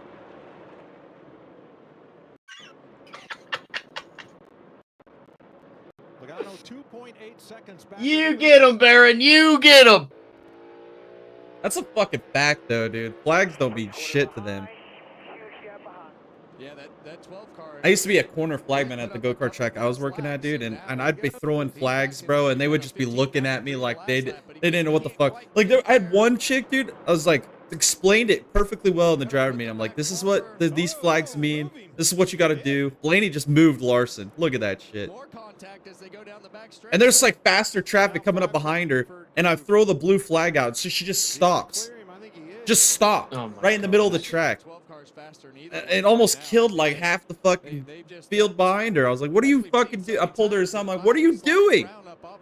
She's like, I saw you throw a flag at me. I'm like, yes, I explained in the meeting. It means that there's faster cars. Just run your line. Don't fucking stop.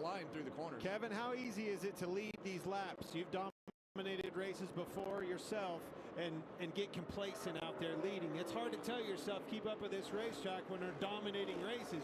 You can't keep an eye on and get a good gauge on Blaney, your competitor here, because he's all over the place on pit road.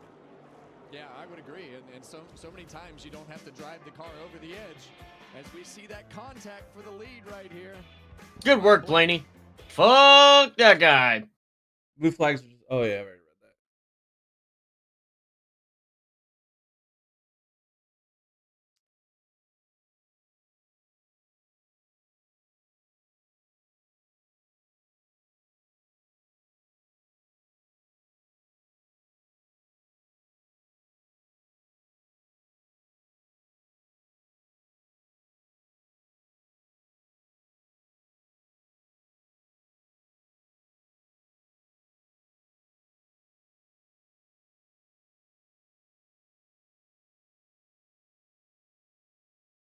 I had a whole bunch of people in front of me ignore the yellows, and they just T-bone this one guy. Oh, dude, I hate that shit, dude. You race against those people that are just like super fucking cocky, dude. They think they're gonna kick everybody's ass. The yellow flag comes out, so you fucking slow down and move out of the way, and then they just fucking yeet it into the caution. Because they think, oh, I'm beating you now, bud. It's like, bro, you're racing for time, dude. You're not racing for fucking position on track, dude. What are you fucking doing? Thank you.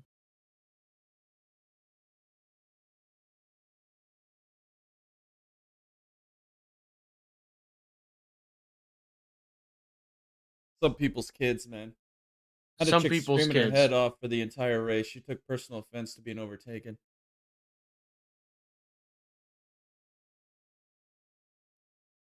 Yeah, did you know that women's cars don't come with cruise control?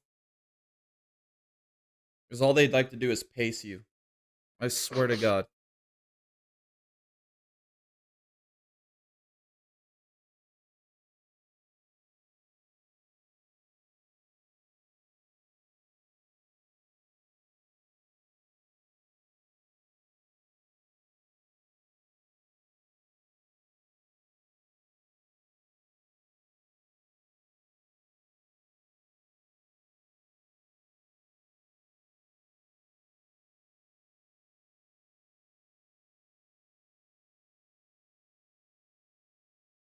The kids that show up in overalls are nasty, though. They're super quick.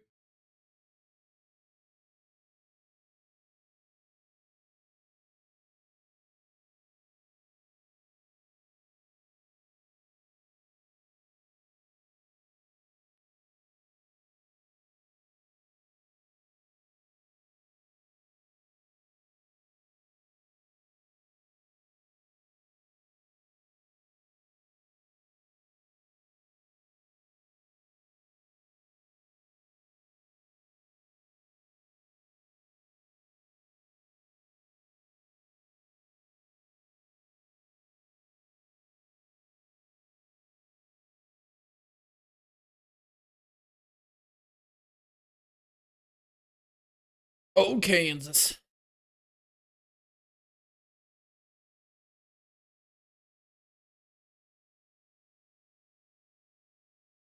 That's going to be a good race. Kansas is always a good race.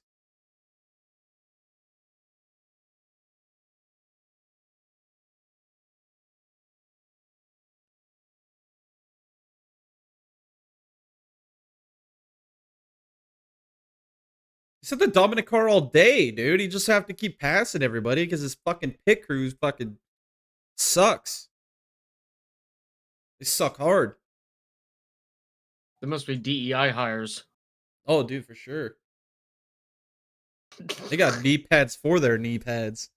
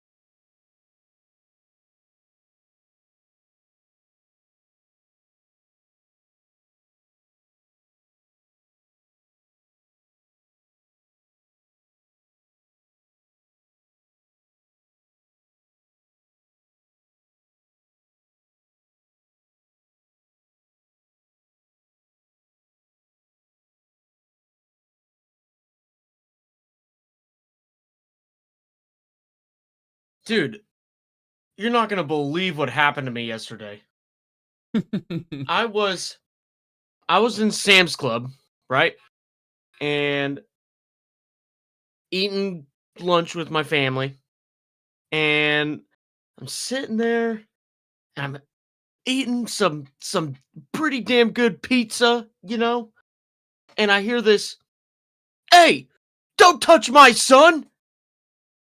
I was like, what the hell? I looked over to my left. It's this guy like bowing up on a fucking lady. And I was like, all right. See some redneck shit, dog. He said, "Don't touch my son, witch!" And I was like, what's going on here now?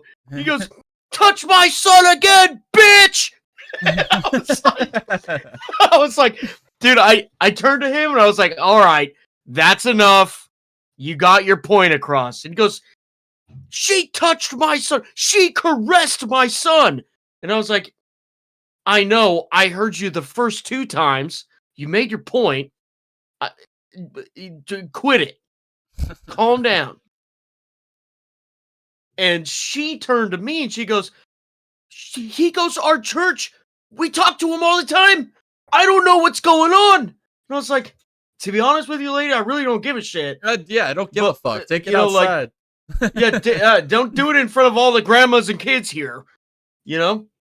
And then he turns around and looks at her and he goes, "On the blood of Jesus Christ, I will fuck you up."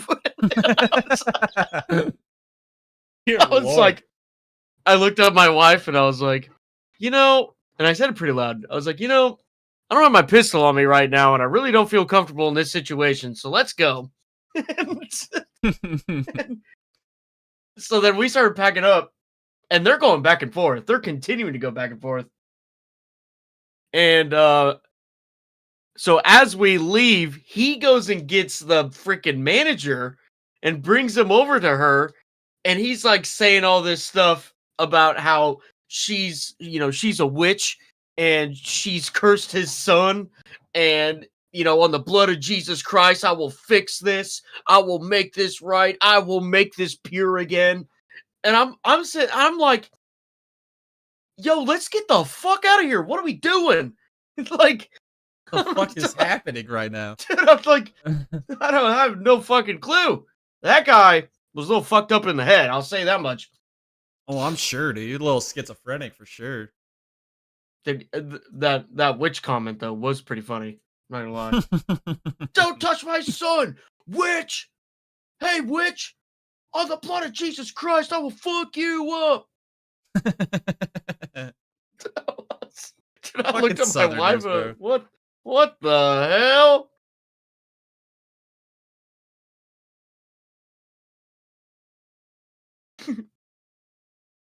And somehow people like that are allowed in public, dude. That's fucked. Then my wife told me, she was, why did you say anything? I was like, because I wanted to. Yeah, just fuck that guy. That's why. Fucking weird. I'm It's trying not to like he cause grabbed his- shit.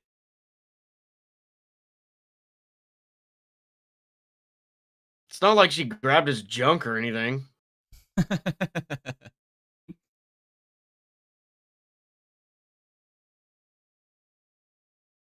Of course he did. That's what fucking Hamlin does. That's all Hamlin does, bro. That's how he makes his pass. He just puts you in the wall. Every fucking time. Because he's such a bitch.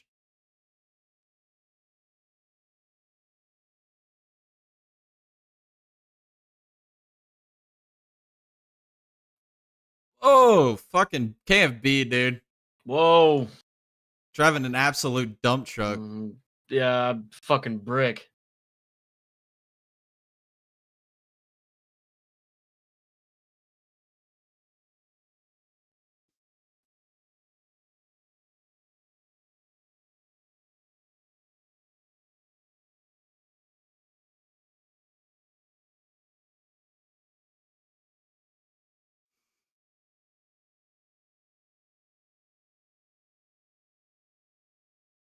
Fucking KFB, man.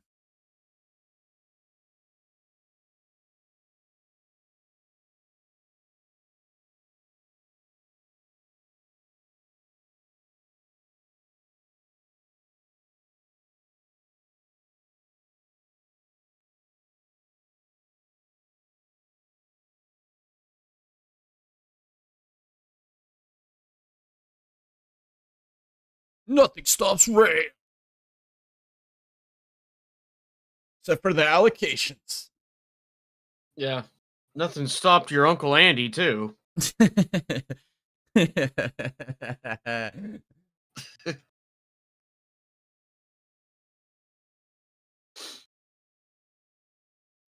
Oh! Oh. Is that Bush? Is that Zilly? Yep, it was Zilly. God, can we just... I feel like if you got the number 8 in your number, you're just fucked.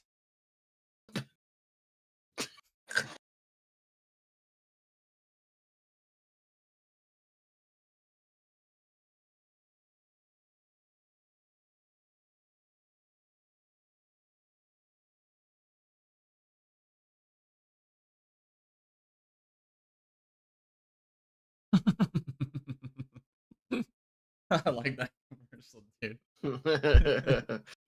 Just sitting in the bar with or this fucking balls deep hanging out.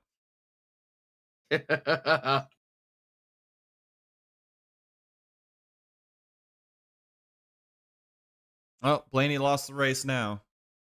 Pit stop time. Yeah, shit.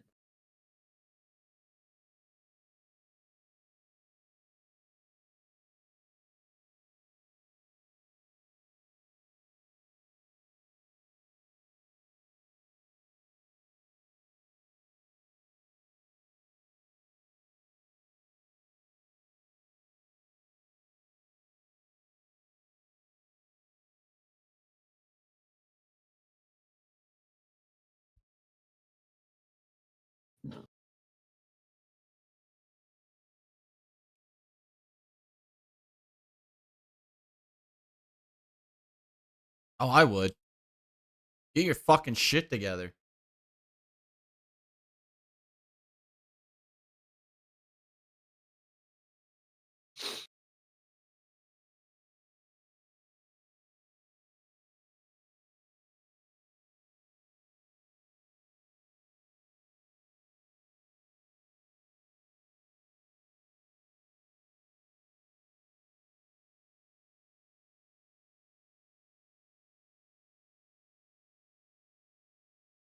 Show us the Blaney pit stop. I want to see how bad these guys fucking suck. Hey,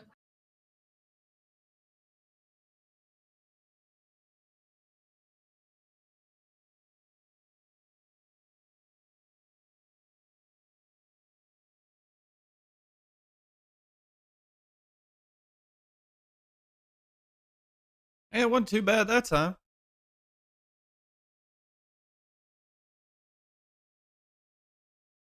Sun shines on a donkey's ass every once in a while. By God. Oh. Yeah, take his dumb ass out.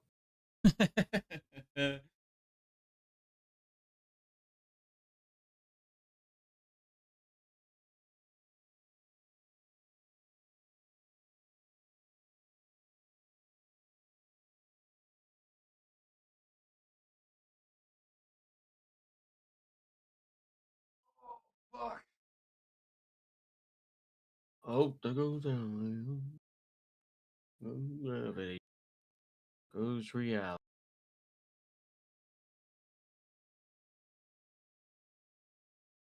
Bigga beam. Oh. Did Hung Money hit the wall? Fuck him. Fuck him, dude. Fuck him.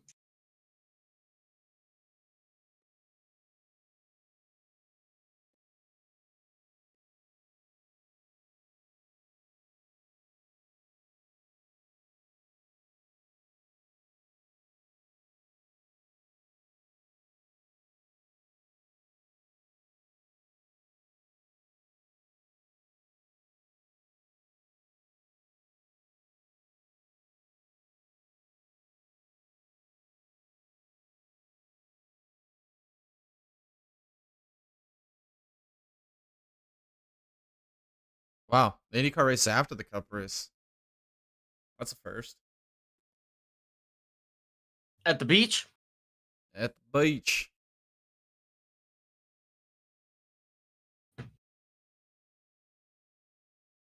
Damn, I need a beer in my hand.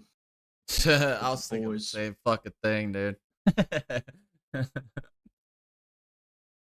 Only 1 week and 2 days left.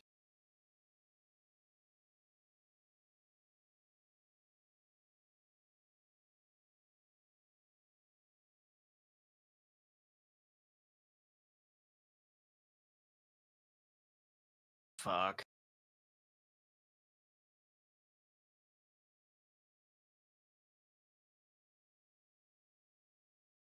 Yeah. Try something different. I know it's a brand new concept in the world of racing. You know what I mean? Trying something different than everybody else. You know, you might be able to, I don't know, fucking do something. You know what I mean? Speaking too much sense, Tom. I know. It's yeah.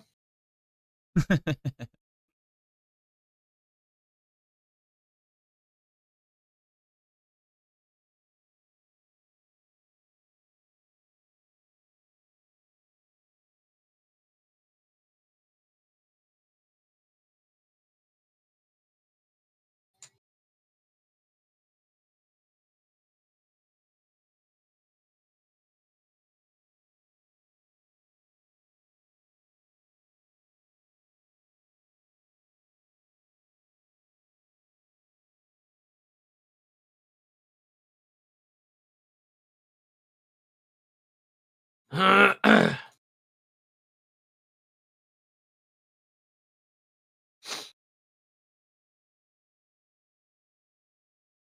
right, let's see who's gonna win this fucker. Blaney survived a pit stop sequence.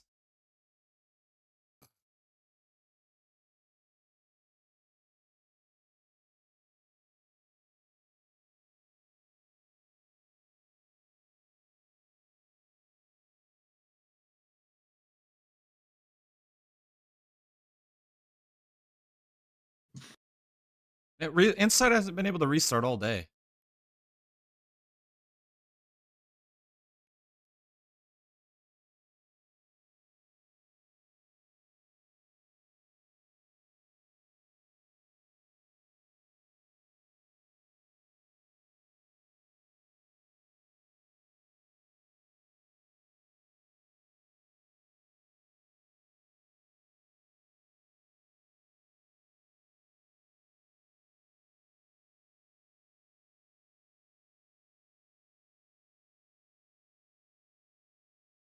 Barry or Barry. Of course. Not a shocker there. Yeah. Barry or Barry to the bag.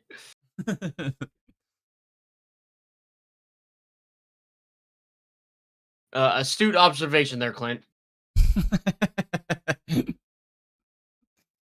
Oh, man.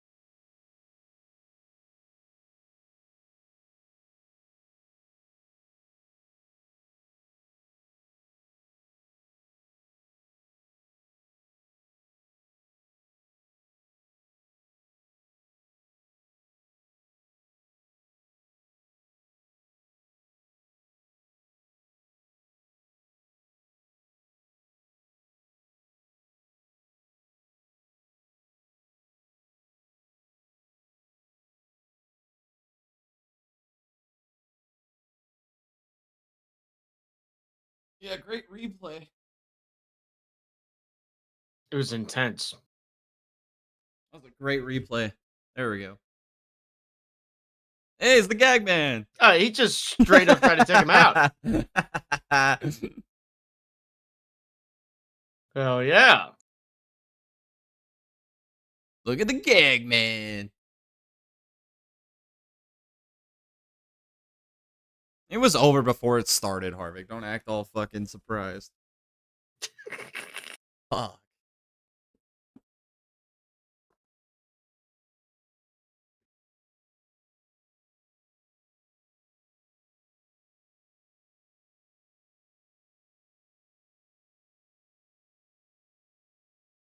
Do what he would do to you, host, and just put him in the wall.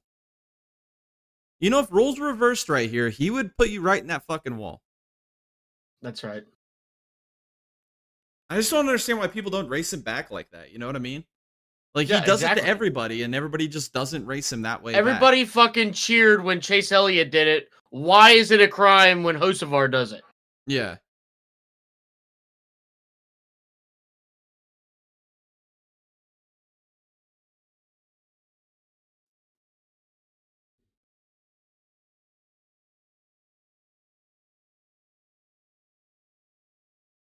Really? No shit. No shit. The guy you just wrecked is a lot of laps down. No shit. Really?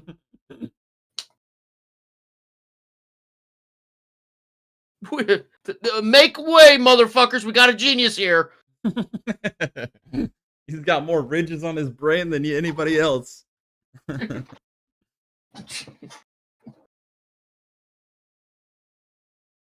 His brain looks like the Rocky Mountains, dude.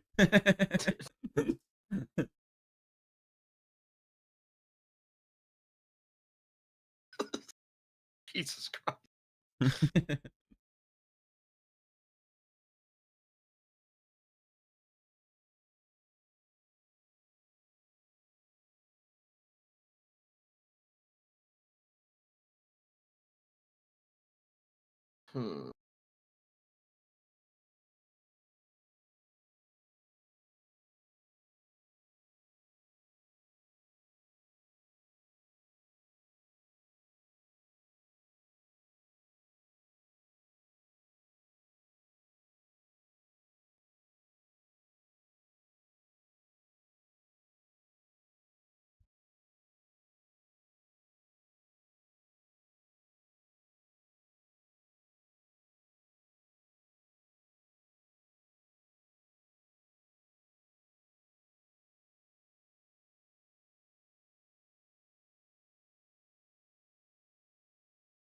I love to get paid to say stupid shit like that.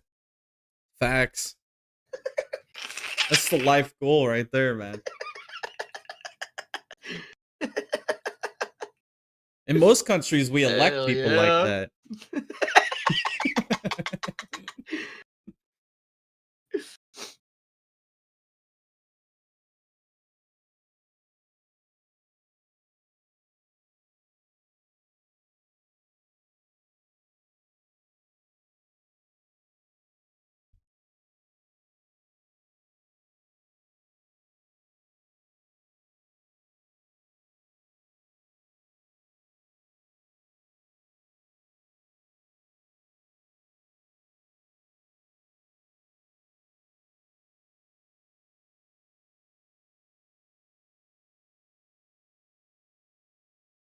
More crunch, more flavor.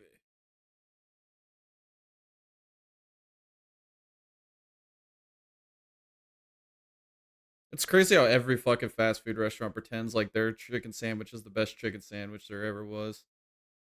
It's like, bro, you're already playing with, like, you're already starting at a low grade anyway, dude, because it's a chicken fucking sandwich, dude. It's not as good as a. It's like you're already not working with beef, so you already lost.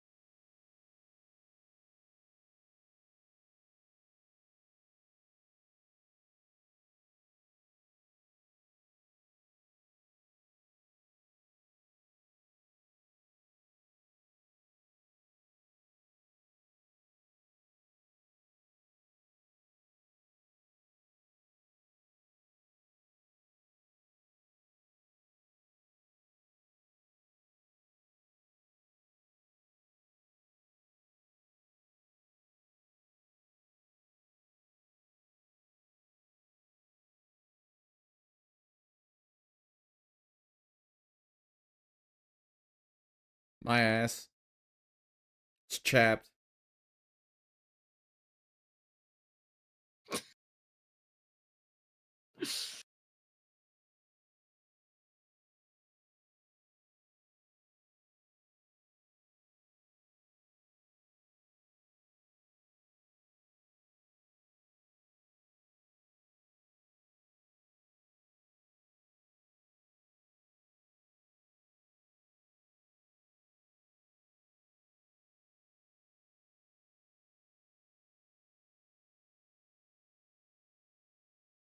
Taking max loads into the corner, dude.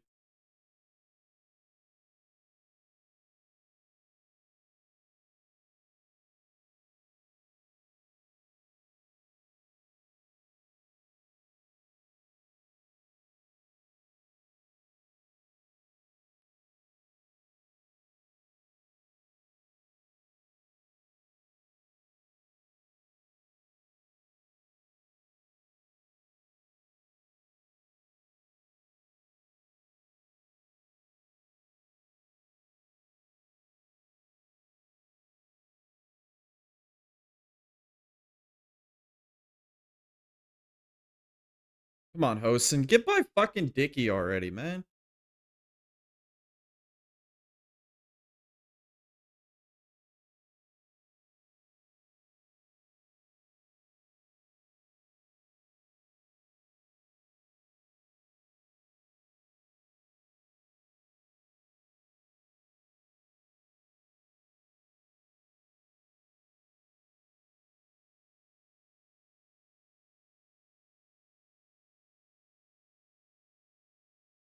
I could just watch this car and tell it's not fucking turning. Like, I've been saying that the last, like, fucking 100 fucking laps. Who did we call to win this race? I said picked Hamlin, Bell. didn't I? Yeah. I Good had for Gibbs as a Blaney. dark horse. But that ain't gonna happen. It's gonna be Blaney, man.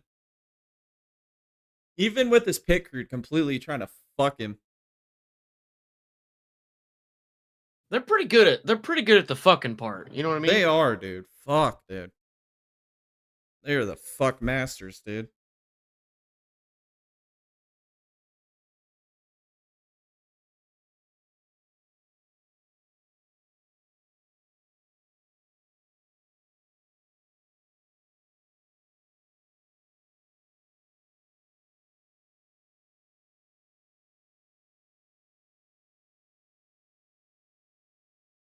Hey, Hosting got by Dickie and the Lagooner.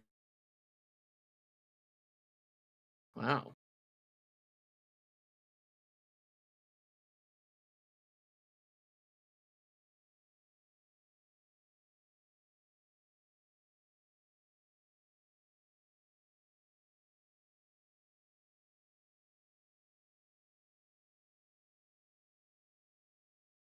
Oh, it's just the worst day in the world for all the millionaires. Yeah, dude. You don't fuck your shoulder up if you quit jerking off so much, goddammit.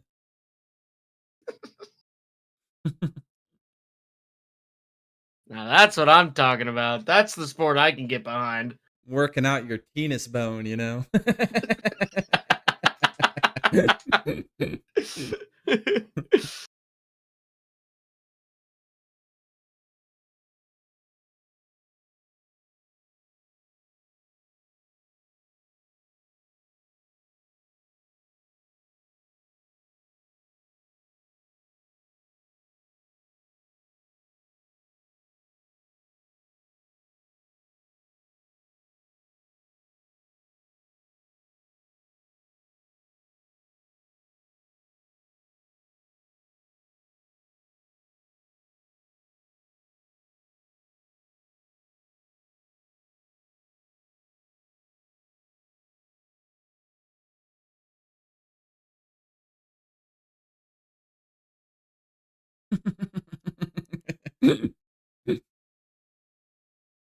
Oh, man.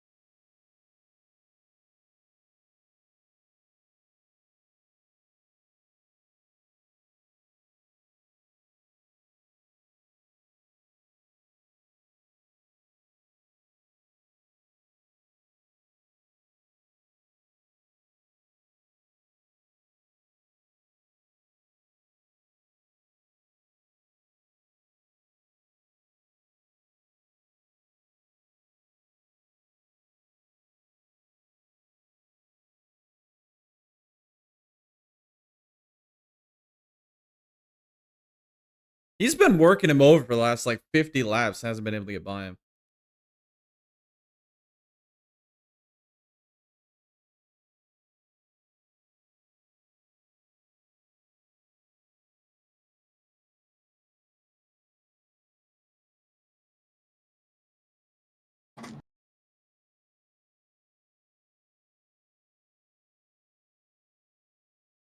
God damn, bro.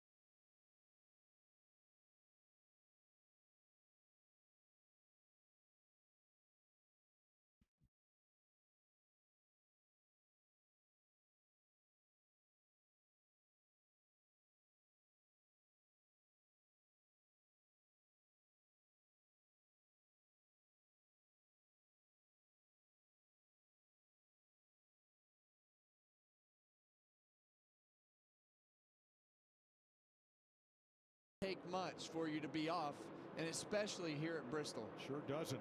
How about Todd Gilliland? He is still holding on to 4th place, and he's been holding off Carson Hocevar here for a few laps. That 2-tire call has turned out to be a great one. Now, Todd's never finished top 5 on a short track in a Cup race. Today just might be the day. Yeah, he jinxed it. They just fucked him.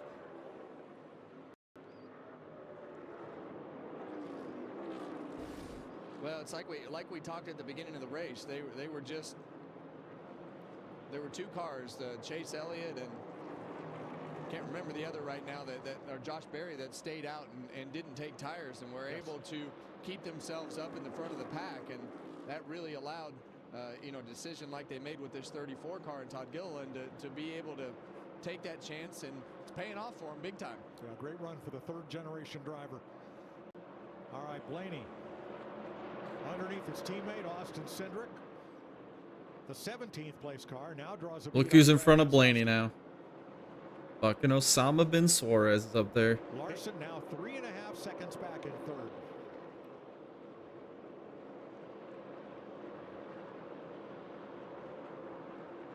Squeeze play there. Yeah, you saw the 35 car get into the Good door work. 47 and kind of bounce back. Good job, Hearst. And then Larson got into his left rear, so you'll see these cars. I like that name, Hearst. We'll call him Hearst. Just kind of the way it goes here at Bristol. No harm, no foul right there.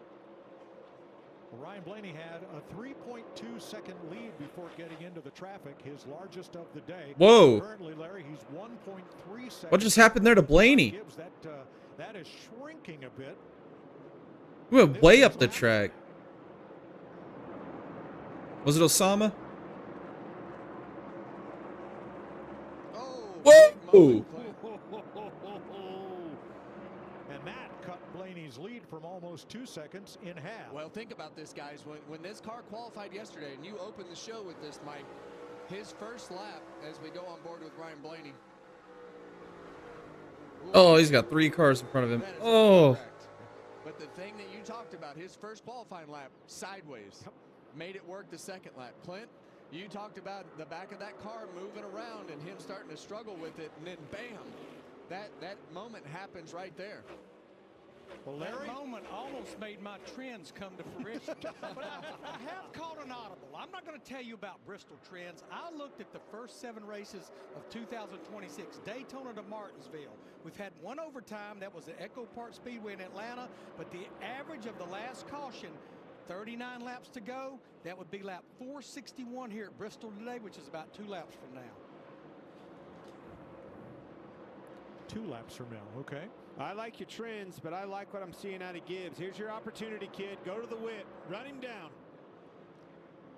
Yeah, he lost a half a second on blood in the water in the previous lap, and now he's having to go through. He's not gonna beat Blaney, bro. Blaney's got Blaney this. is still only a second and a half back right here, as you see Blaney right up in front of him, stuck behind Daniel Suarez. Same 2 cars that gave him fits when he almost wrecked. Now listen to how much Ty Gibbs is out of the throttle on the entry right now.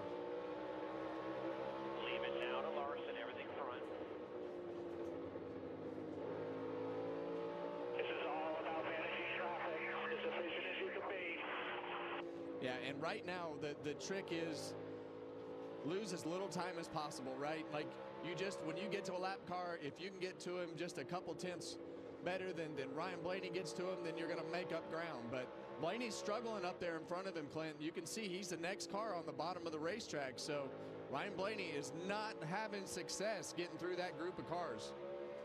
Osama's making it hard on him, dude. Ryan Blaney has not won a Cup race at Bristol on 2 occasions. He's been leading and got into trouble. We're lapping up to 14th place, and those positions are racing for a really, really valid right. They're battling hard for position. Those lappers are extremely hard to lap. How about the 2nd place car, Regan?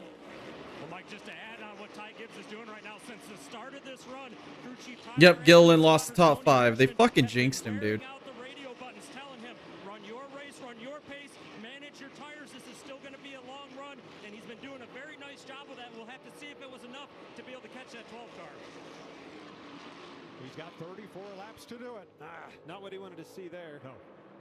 That's going to hold him up. Timing is everything when you're catching these lappers at this place. Hocevar fourth. Working traffic. Briscoe in fifth. Briscoe's in a four-wheel slide right there. Jesus. Yeah, Briscoe, he's been super quiet today. He's been in the top 5 and right around it all day, but hasn't done anything spectacular. Just done what he needed to do to keep that track. It's never done anything spectacular. Not make any mistakes. Yeah, he's been as high as second in this race. He's not been one of its 3 leaders, but a good solid day for the 19 crew.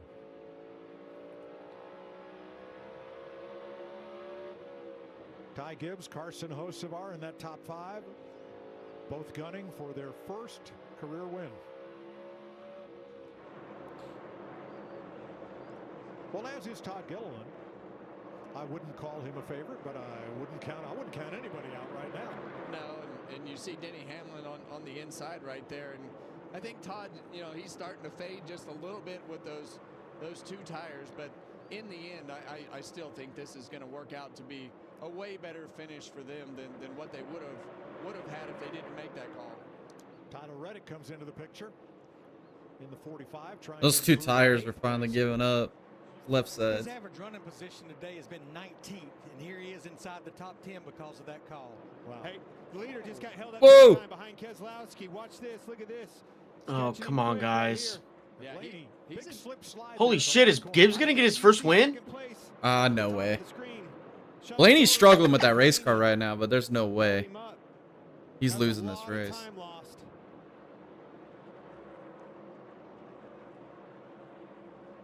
Yeah, it seems like that Blaney's car has to be absolutely perfect with what he has to do with the throttle and the things to keep the back from snapping out from underneath it.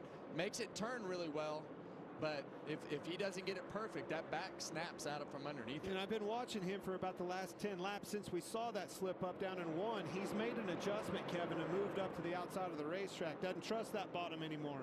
I think he's made some hay, finding some lap time again. That's a 16:21 to a 36 that Gibbs behind him. Yeah, Brad Keselowski just went a lap down. He is one of, I think, just 4 drivers to have finished on the lead lap in every race this year. He's just gone 1 down. How special would it be for that man to see that grandbaby park it in victory lane? Turn 2, around goes Chase Elliott. Oh, Blaney lost.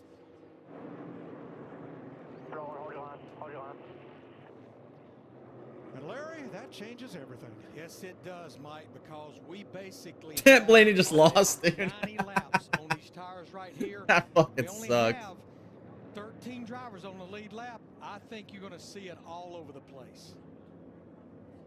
Keselowski will get the free pass, I believe. He was the first car 1 lap down at the moment. Poston's going to win now. And no contact. Just a looping, lazy spin for the number 9. Lazy spin. A looping, lazy spin. Same thing we've seen. Those cars just get over those bumps right there in the middle of that corner and lack of grip.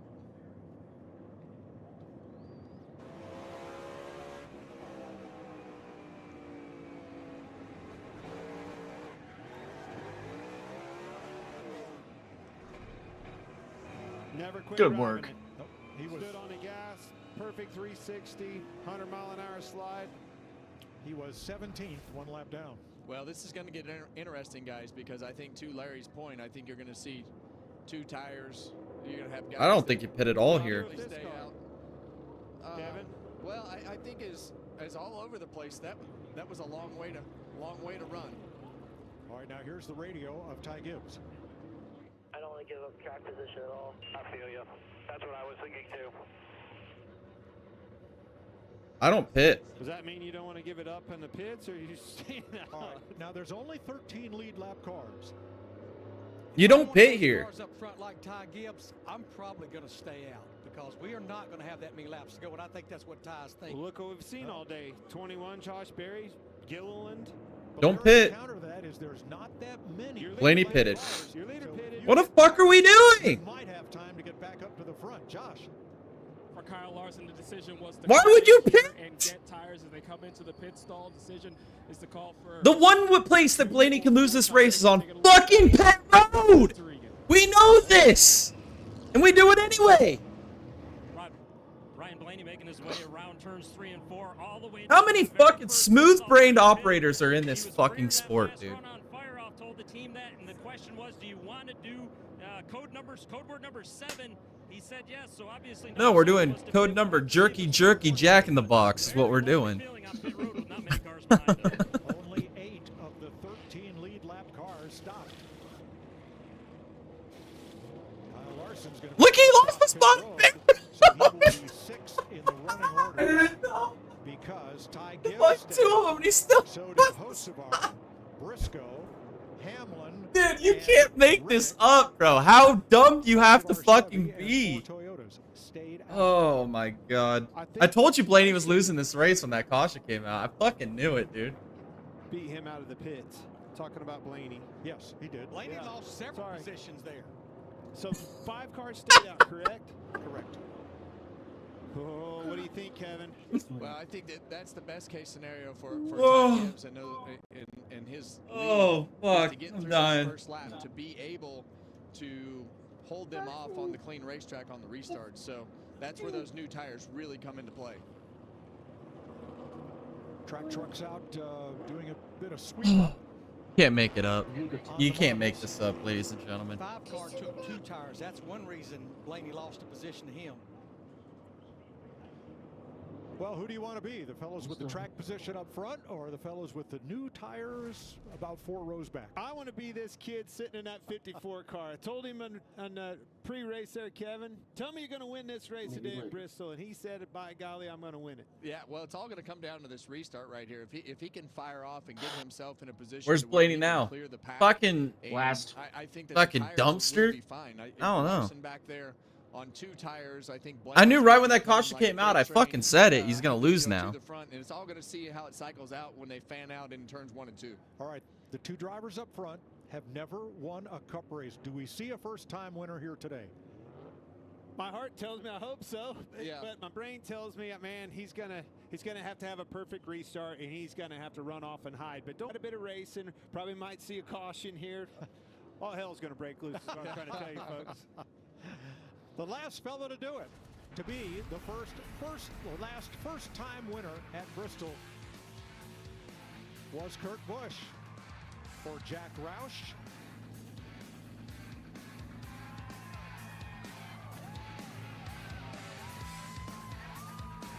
Recently inducted into the NASCAR Hall of Fame. Well, there's a house divided. And here are the other drivers that got their first career win here at Bristol. Earnhardt, Wallace, Irvin, and Sadler. That's pretty good company, as they all went on to have great careers and multiple wins. Man, Ernie Irvin is not in the Hall of Fame? No. Yeah, because they're gonna put other people in the Hall of Fame. Like, what? Kurt Busch got in before Ernie Irvin? dude, there's a lot of guys that aren't in the Hall of Fame that should be in the Hall of Fame. I'm just saying It's off of that crazy. list right there. That's insane. It's because the guys I'm that Kurt Busch's #1 fan. And why is Yeah. Kurt Busch in before Ernie Irvin? It's because whenever these guys retire and they get their name on the ballot one time, they get voted in. Recency bias, dude. It's recency bias is what it is. Holy shit. I think you shouldn't be in the Hall of Fame until you've been retired from the sport for 10 plus years. Because there's no reason why Tony Stewart, Jimmy Johnson, and Dale Jr. are all Hall of Famers and they're still actively racing. Like, that's bullshit. Yeah, Briscoe's going to have the restart of his life on the bottom. We know that's not the preferred line, but get these things cleaned up. Watching them.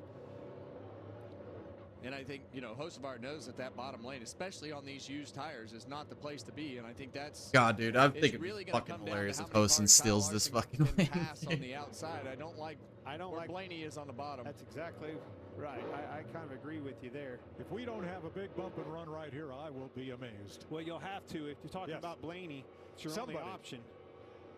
All All right, here we go. 15 laps to go, boys. And Briscoe got a shit start. So did Blaney. Comes Reddick on your outside. Oh, it's going to be Reddick. It's going to be Reddick that wins this race, dude.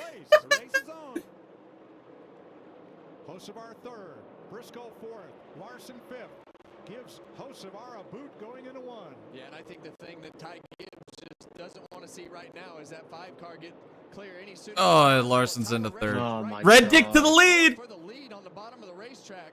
I would not give that 45 the top of this racetrack, Clint.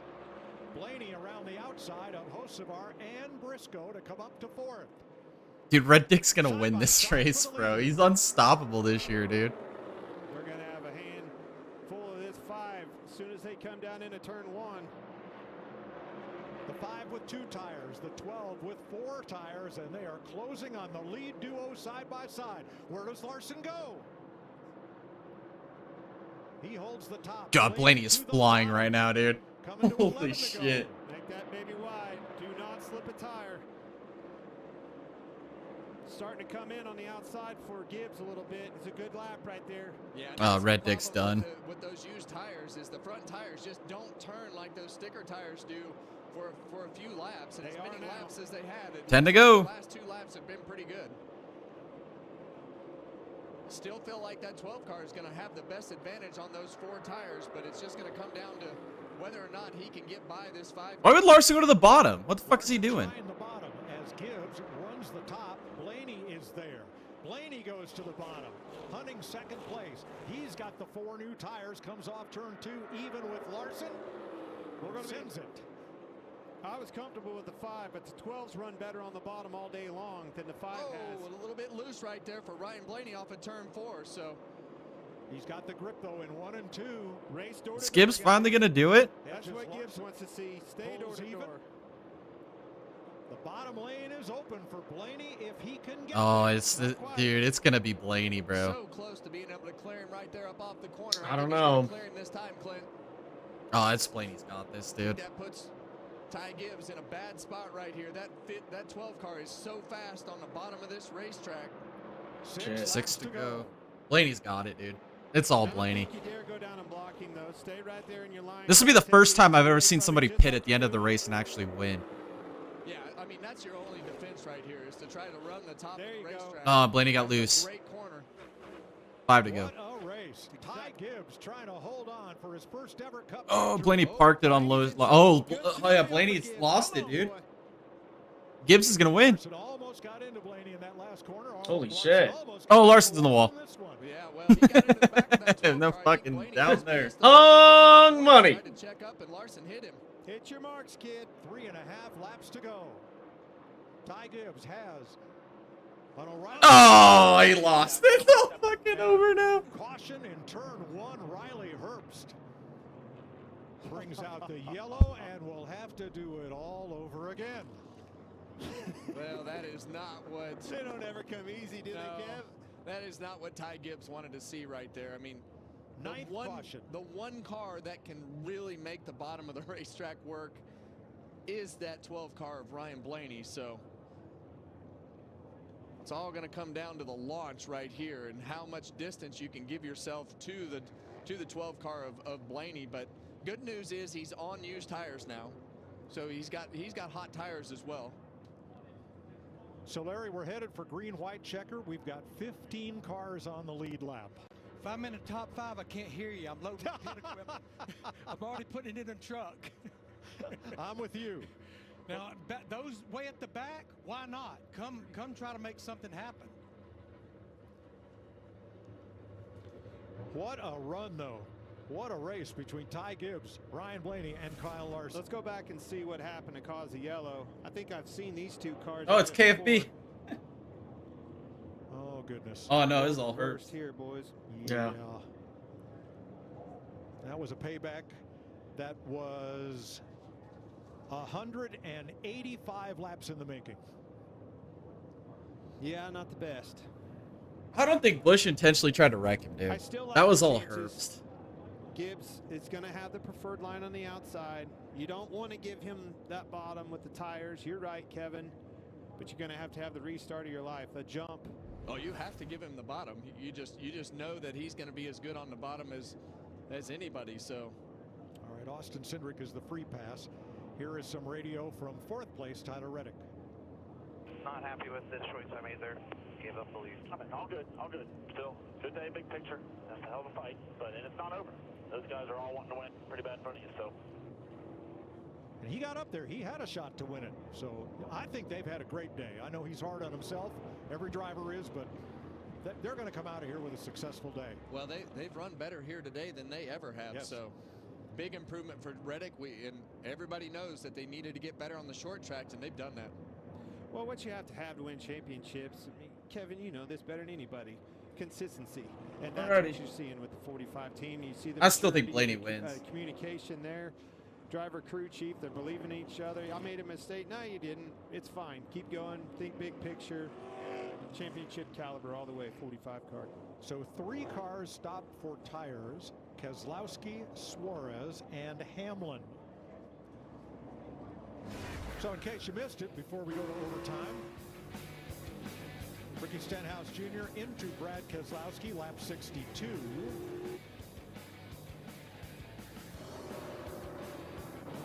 Lap 145, Christopher Bell in trouble after being up near the front early. Able to continue with damage. Shane Van Gisbergen spun, collected 3 cars, spent a lot of time behind the wall. Lap 478, Chase Elliott goes around. And just now, after Riley Herbst spun Kyle Busch at lap 313, Busch returns the favor on lap 498. No, he didn't. Herbst got loose and Busch was going to the inside. He didn't intentionally wreck him at all. Creating fake narratives, dude. What is this, fucking CNN? Yeah. This is the excitement you come for. These fans are getting their money's worth right here. The money's on the line. You're going to watch them step up to the plate.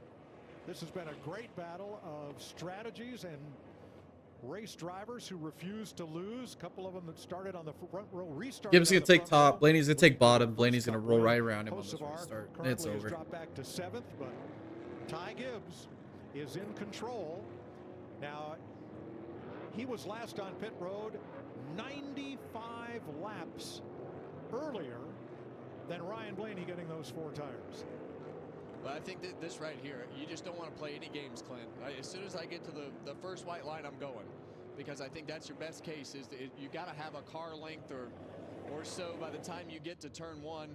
Try to take the bottom from him, I would think, for the first corner, if you can get clear of him. And I think that you have to be aware of Kyle Larson. Gibbs is sitting duck. This is purely gonna be struggle Blaney. On the last restart, and we know Larson's going all the way to the top. And all it takes is one shot out of him, and he'll spin the tires too. All right, folks, you know the rules. Here we come to overtime, sponsored by Credit One Bank. Gibbs outside of Blaney, and they're even on the restart. Oh, Blaney's got him now. It's over. Oh yeah, it's over. It's over. Let him to your right rear. Oh, Blaney got loose.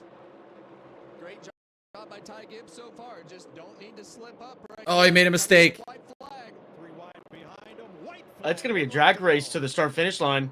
Yeah, it is. As long as Blaney doesn't get loose on the Gibbs, bottom. Gibbs is gonna win if it's a drag race. I don't know. The launch off the corner. Gibbs is got gonna it. win. Gibbs is gonna win a race. Gibbs is gonna win. Finally, he wins Dang. a fucking race. Dear Holy Lord. shit. He finally did it, dude. Wow.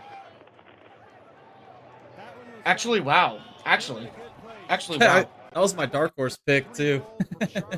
Damn, GG's. I knew it was gonna happen eventually, dude. He's been running top 6 the last fucking 6 races, dude. He becomes the 46th different driver to win at Bristol Motor Speedway. Last time the number 54 went to victory lane, Lenny Pond at Talladega in 1978. I bet you there's some tears coming out of that coach down there somewhere. Well, we've seen we saw Wow. Ty win so many races in the O'Reilly Series and the ARCA Series, and you knew he was going to have success. It just took a while to get the team right. This is not easy, Clint. You know, talk about winning races, and I love what you said. Yeah, about as Ty. Chris You're Graveheart. right, he has one, but that guy right there, there ain't many people in life that won more games and races than that man right there. To watch your grandkid do it, that's pretty special.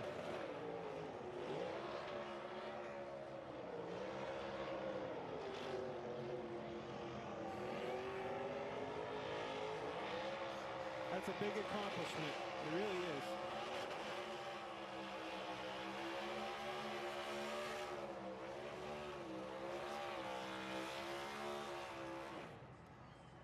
You believe me now, don't you?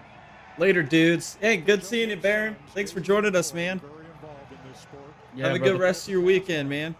So it's his grandson Ty who's about to climb out of this car to carry the banner for the Gibbs family. And he's done a great job today.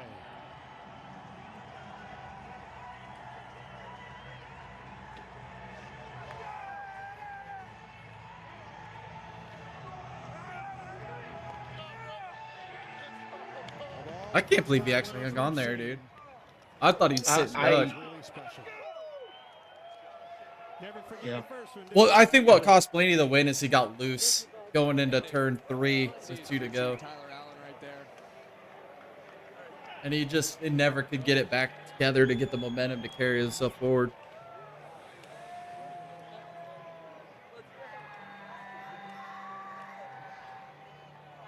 He began this year composed, confident, a different Ty Gibbs than finished up last season. But again, the record of people pitting from the lead late in these races and winning is like still 0 for fucking a billion, dude. They don't. Well, Ty Gibbs, you've been knocking on the door of this first career Cup Series victory for a while now. But today, you get to say you are a winner in the Cup Series. Describe the emotion. Yeah, it's awesome. You know, it's awesome what you can do with great people, and to be in this position is great. You know, I would love for my father to see this, but I know he knew it was going to happen and expected it as well. So, yeah, it was a great day for us. The sunglasses look like a fucking safety pin or whatever. This is our family. Miller! And it's been great. So, you know, this is such a great deal. You know, very honored to be in this situation. Thank you for Monster Energy. Been with me my whole career. Thank you for Mitch Covington, Dave Gallen, Helton, everybody a part of it that's been, you know, they've been with me since I was a kid. So I really appreciate this. Mike Helton? Did he just say Helton? I don't know what Bring the me fuck he back just said. through the end of that race. You had to hold off Ryan Blaney. You had to hold off a two-time champion in Kyle Larson. What did it take to have the composure to bring this thing home? Yeah, you know, honestly, I didn't really care if I was going to win or not. I thought the race was awesome. I thought we were all, you know, us all put on the races was great. Kind of, you know, I feel like it's been like us the whole year. So, you know, I really appreciate always P4 you know, in racing Ryan points. Blaney and Kyle. Damn. Those guys always, you know, run me really well. We all run really good together and hard. So, you know, hopefully. I mean, it makes sense. He's been fucking running top 6 the last 5-6 races. That's part of this whole deal. What a great day. Ty Gibbs gets his first career Cup Series victory. And Coach Gibbs, the owner of the team, and today, grandfather. Coach, you've had a lot of wins in your career and a lot of championships. What is this moment like right now, watching your grandson get his first win? This is one of my best experiences. Obviously, when Denny won, honoring JD's life was such a huge deal. But I think about Coy. He brought Ty up the entire time. Just wish, I know he's probably watching. And so I just want to thank so many people. It starts with God. He's blessed us and our family. And just really, really can't say enough about Hey, this is the man right here. I've never seen somebody work so hard in my life. You know, him and my mom, I come to the shop at 6 a.m. or 7 p.m. or when everybody's there, and they're not there. They're always there. They work their asses off. I really appreciate it. This is a great role model. I wouldn't be here if it wasn't for him. That's cringe. That was so cringe, bro. Jamie Lill's trying to get her mic back, and Joe Gibbs won't give it to her.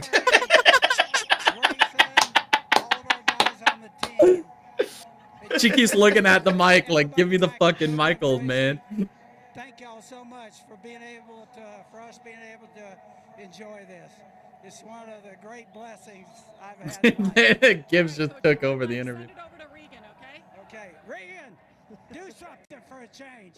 Do something. So who do you say that to? Regan Smith.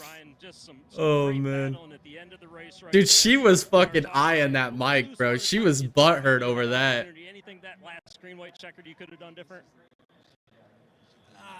Yeah, I mean, great battle for sure. Dude, look at that fucking with a lot of different cars. stash, man.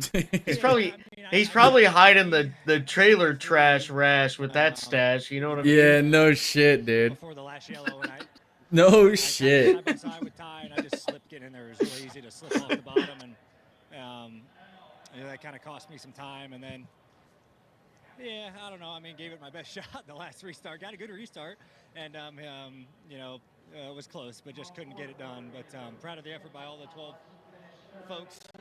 Give me a really fast car in qualifying. Got it better through the race, honestly. Halfway point of the race, I thought we got to be the best car, which was really good. So appreciate that effort. Thanks Discount Tire, Ford Racing, Menards, Advanced Auto Parts, Body Armor, Wabash, everybody who puts a line to our program. Gosh, I really wanted to win at Bristol here. And came close, but congrats to Ty. He's been really close. Nothing's more special than your first Cup win, and it's pretty cool to win here at this place and to race him too. So, yeah, we'll move on, but fun day. Just wish we could have made it happen.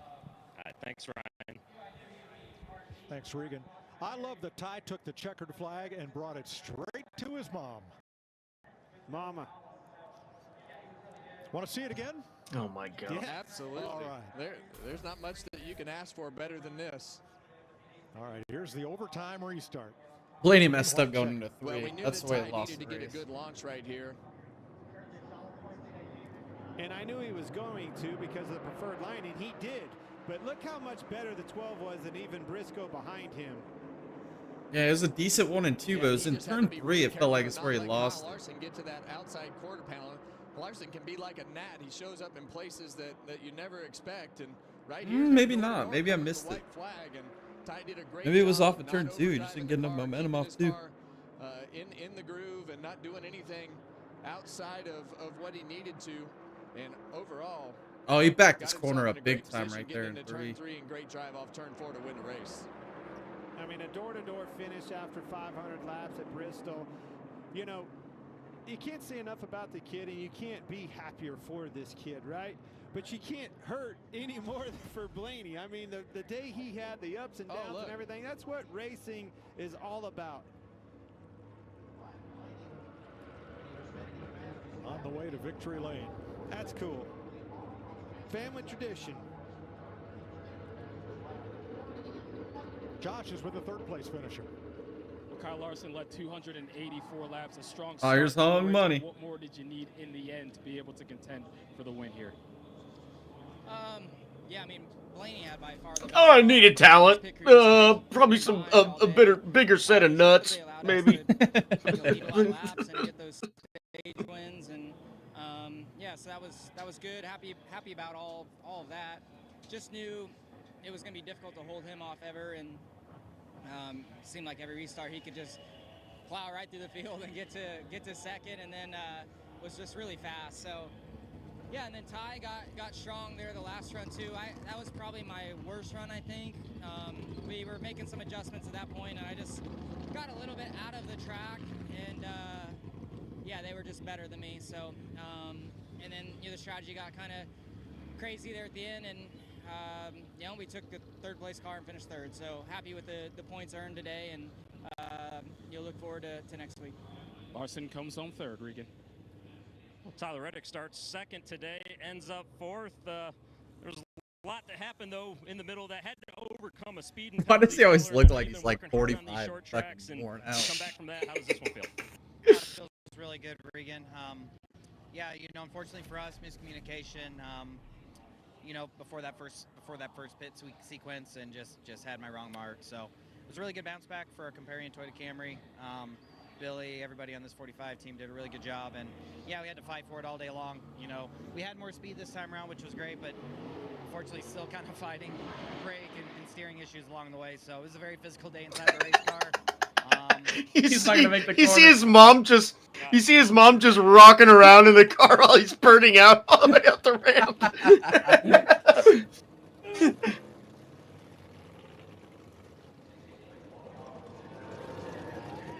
Ty Gibbs with his mom Heather alongside rolls it into victory lane at Bristol. Wow.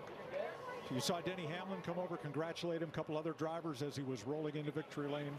A kind of a long-awaited win for this young fella.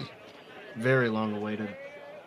Yeah, I mean, we've been expecting that he was going to win. We saw this last year at the end of the year when he was able to start running so well week in and week out. That carried right over into the start of the season this year. Look at all the fake groceries they put on the car. It could have happened last year here. Made a little bit of a mistake coming on pit road and cost him at the end of that race, but there's a reason we had him on the pre-race show. It's because we believed that it was coming, and it may come right here this weekend in Bristol. One of you three picked him to win. Would that have been McMurray? It had been that little short McMurray. He got us this week, didn't he? He did. Well, Tyler Reddick did a great job finishing fourth, and Chase Briscoe is today within 1 point of... Dang, he got a little chunky, didn't he? Yeah, he did. I was about to say the same thing, bro. That baby weight starting to set in. You guys maintain there, and Mike just talked about it. You're just outside Chase contention at this point. Take me through your day. Yeah, just a clean, solid, executed race. That's all these NASCAR drivers. Once they start getting like into the Cup Series for a couple of years, they all start getting fat and bald. It's weird. Kind of day long. So yeah, just a little bit more in our Lance Crackers Toyota, but just just clean. It's that rich person life, dude. Super happy for Ty. They're over here eating fucking steak and fucking caviar and fucking catered food every day. To beat the two guys that kind of dominate all day long. I live on peanut butter and jelly sandwiches and ramen. For him and the whole family. And looking forward to seeing him in victory lane. Chase Briscoe brings it home 5th today. Well, Todd Gillen, if there's a Hard Charger award, you definitely get that today. Start 35th, finish 6th, in a wreck in the middle of the race, 2 tires at the end, a little bit of everything. How does this run feel? Yeah, absolutely. It feels amazing. Alrighty. Like you said, Well, I've had man, enough fun even with when we this. qualified 35th yesterday, I'm like, Yeah, oh my same. gosh, we have a long Alrighty, way, guys. but, Thanks for tuning no in. place to pass. My team did a Make great sure you job. follow us on all our social medias. Make sure you guys join our Discord. Super lucky. Get some Dega Boy merch. All the fun stuff. Make sure to subscribe. Turn on bell notifications. We'll be back on Tuesday for a podcast. Should be fun. Thanks for tuning in. Sorry we started a little late today. But we'll be back on Tuesday. Thank you guys again. Catch y'all in the next one.